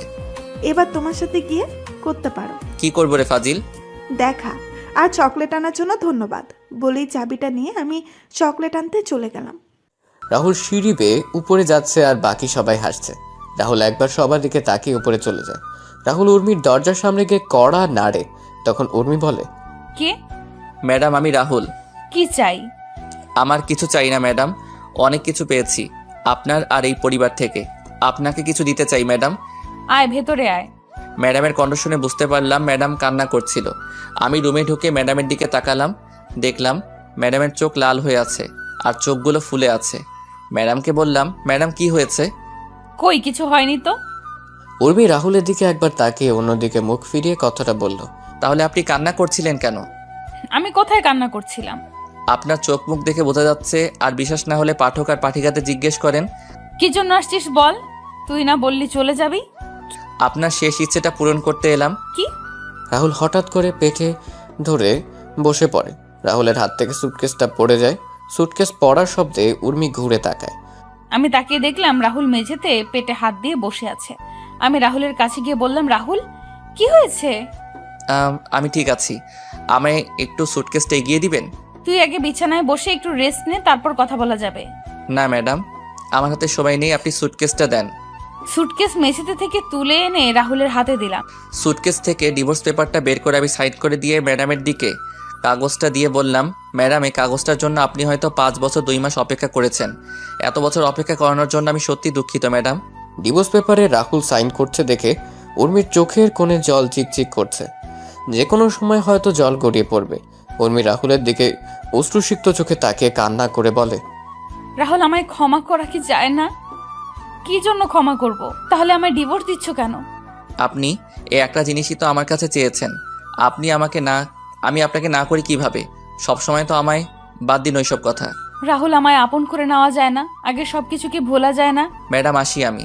আমাদের ডিভোর্স হয়ে গেছে ম্যাডাম, আর এখন তো সব শেষ হয়ে গেছে। রাহুল, প্লিজ আমায় মাফ করে দাও। আমি জানি আমি তোমার সাথে যা করেছি সেটা ক্ষমার অযোগ্য। আমি সেদিন সত্যিটা জানতে পেরেছি। সেদিন নিজের করা কাজের জন্য আর নিজের উপর ঘৃণা হয় আমার ডিভোর্স লাগবে না রাহুল। আমার শুধু তোমাকে প্রয়োজন, আর কখনো আমি তোমাকে অবহেলা করব না। আমায় একটা সুযোগ দাও তুমি। ম্যাডাম, সেটা আর সম্ভব না। আর ভালো থাকবেন, ভালো কাউকে দেখে বিয়ে করে নেবেন। পারলে এই চাকরটাকে মাফ করে দিয়েন। রাহুল, রাহুল, আমার কথাটা। রাহুল যখন উর্মির ঘর থেকে বের হতে যাবে তখনই উর্মি রাহুলকে পেছন থেকে জড়িয়ে ধরে। উর্মি রাহুলকে ঘুরিয়ে শক্ত করে জড়িয়ে ধরে বলে, তোমায় কোথাও যেতে দেব না। এভাবে জড়িয়ে ধরে রাখবো আমি। রাহুল, আমি তোমাকে ভালোবাসি। প্লিজ আমায় আর শাস্তি দিও না। এই কয়েক বছর আমি নিজের কাজের জন্য নিজেই অনুশোচনায় ভুগেছি। শেষবারের মতো আমায় একটি বার আপন করে নাও। আমি আর কখনো তোমায় কষ্ট দিব না। কি হলো, কথা বলছো না কেন রাহুল? আমি জানি আমি অনেক খারাপ কাজ করেছি ছোটবেলা থেকে, কিন্তু সবকিছুর জন্য আমি ক্ষমা চাইছি রাহুল। রাহুল, আমি আমার ভালোবাসা দিয়ে আগের সব স্মৃতিগুলো মুছে দিব। তুমি যেমনটা চাইবে আমি তেমন করে চলবো। তবু তুমি আমায় আর ছেড়ে যেও না। তুমি যদি এবার আমায় ছেড়ে যাও তাহলে আমি সত্যি সত্যি মারা যাব। রাহুল, আমায় ক্ষমা করে একটি বার আপন করে নাও, প্লিজ প্লিজ। কি হলো, কথা বলছো না কেন তুমি? উর্মি হঠাৎ তার পিঠে অনুভব করে পান জাতীয় তরল কিছু পড়ছে। উর্মি রাহুলকে ছেড়ে দিতেই রাহুল মাটিতে পড়ে যায়। উর্মি দেখতে পায় রাহুল মুখ থেকে রক্ত পড়ছে। উর্মি চিৎকার করে রাহুলকে জড়িয়ে ধরে। উর্মি তাড়াতাড়ি করে জল নিয়ে এসে রাহুলের চোখে মুখে দিতে থাকে। উর্মি কান্না করছে আর বলছে, এই রাহুল, একটিবার চোখ খোলো না। তোমার কিছু হতে পারে না। এই রাহুল, একটিবার চোখ খুলো না, প্লিজ চোখটা খুলো রাহুল। তুমি আমার সাথে এমনটা করতে পারো না রাহুল। এই রাহুল। উর্মি রাহুলের চোখে মুখে জল ছিটিয়ে দিচ্ছে আর রাহুলকে ডাকছে। হঠাৎ করে রাহুল চোখে খুলে তাকায়।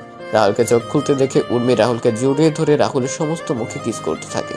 তখন রাতুল কাঁপা কাঁপা কণ্ঠে বলে, ম্যাডাম, আপনাকে ছোট থেকে একটা কথা বলবো বলে বলা হয়ে ওঠেনি, কিন্তু এখন না বলতে পারলে হয়তো আর বলা হয়ে উঠবে না।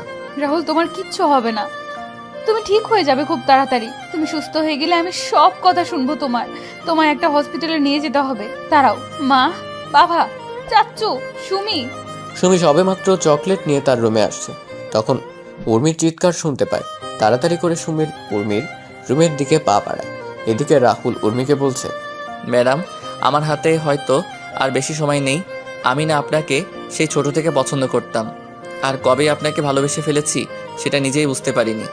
আপনার সাথে যখন কথা বলতে চেতাম তখন আপনি আমার সাথে অনেক রেগে কথা বলতেন, দুর্ব্যবহার করতেন। আচ্ছা, আপনি কি একবারও বুঝতে পারেননি আপনার শত অপমান আঘাত করার পর আমি কেন আপনার সামনে যেতাম?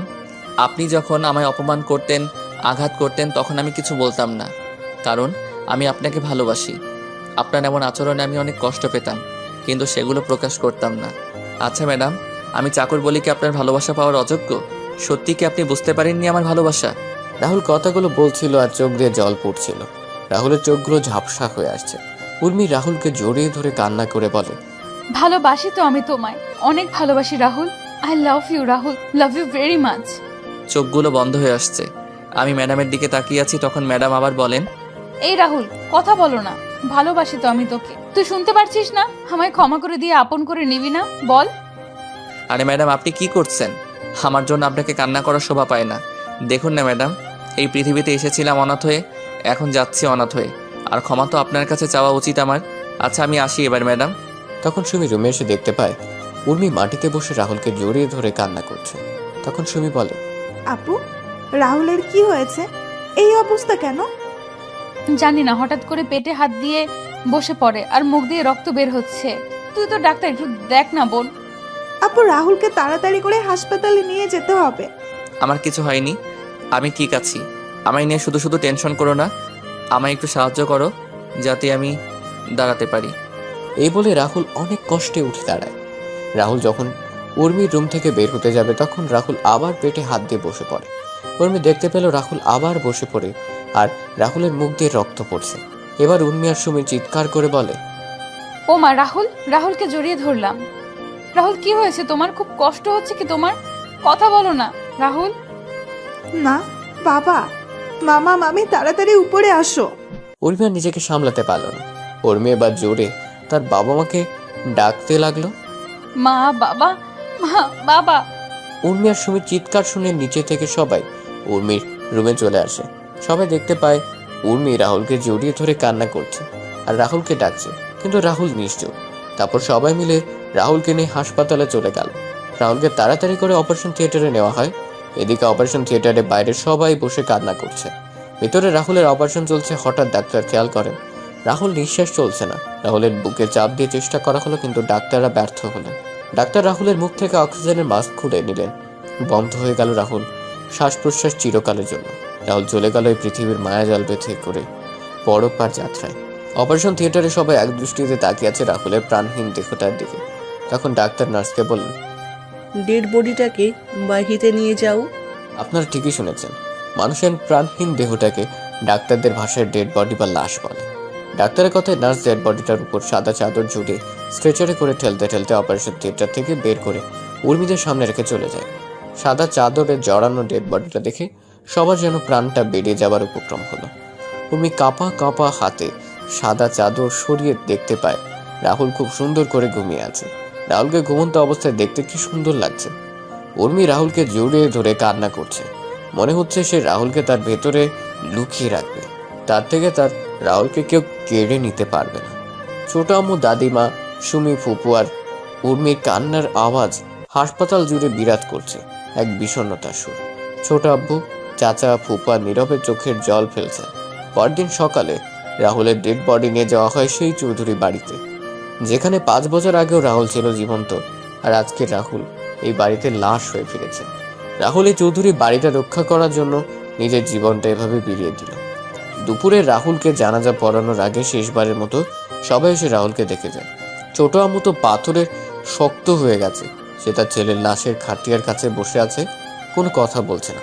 উর্মি এসে রাহুলের পাশে বসে রাহুলকে জড়িয়ে ধরে বলে, এত অভিমান করলে আমার উপর তুমি? একটিবার ক্ষমা করে দিয়ে আমায় তো আপন করে নিতে পারতে। আমি তো অনেক খারাপ, তাই তো তুমি আমায় এইভাবে ছেড়ে চলে গেলে। কি শান্তির ঘুম ঘুমাচ্ছ, তাই না? তারপর রাহুলকে নিয়ে যাওয়া হয় মসজিদে। জানাজা পড়িয়ে নিয়ে যাওয়া হয় কবরস্থানে। রাহুল চলে যায় নিষ্ঠুরতম পৃথিবী ছেড়ে অন্ধকার জগতে, যেই কবরে যেতে হবে একা নিজেকে। রাহুলকে হারিয়ে উর্মিও পাগল হয়ে যায়। চৌধুরী বাড়িটা পরিণত মৃত বাড়িতে। উর্মি নিজেকে সারাক্ষণ একটা রুমের মধ্যে আটকে রাখে আর রাহুলের ছবির সাথে কথা বলে হাসে, আবার কান্নাও করে।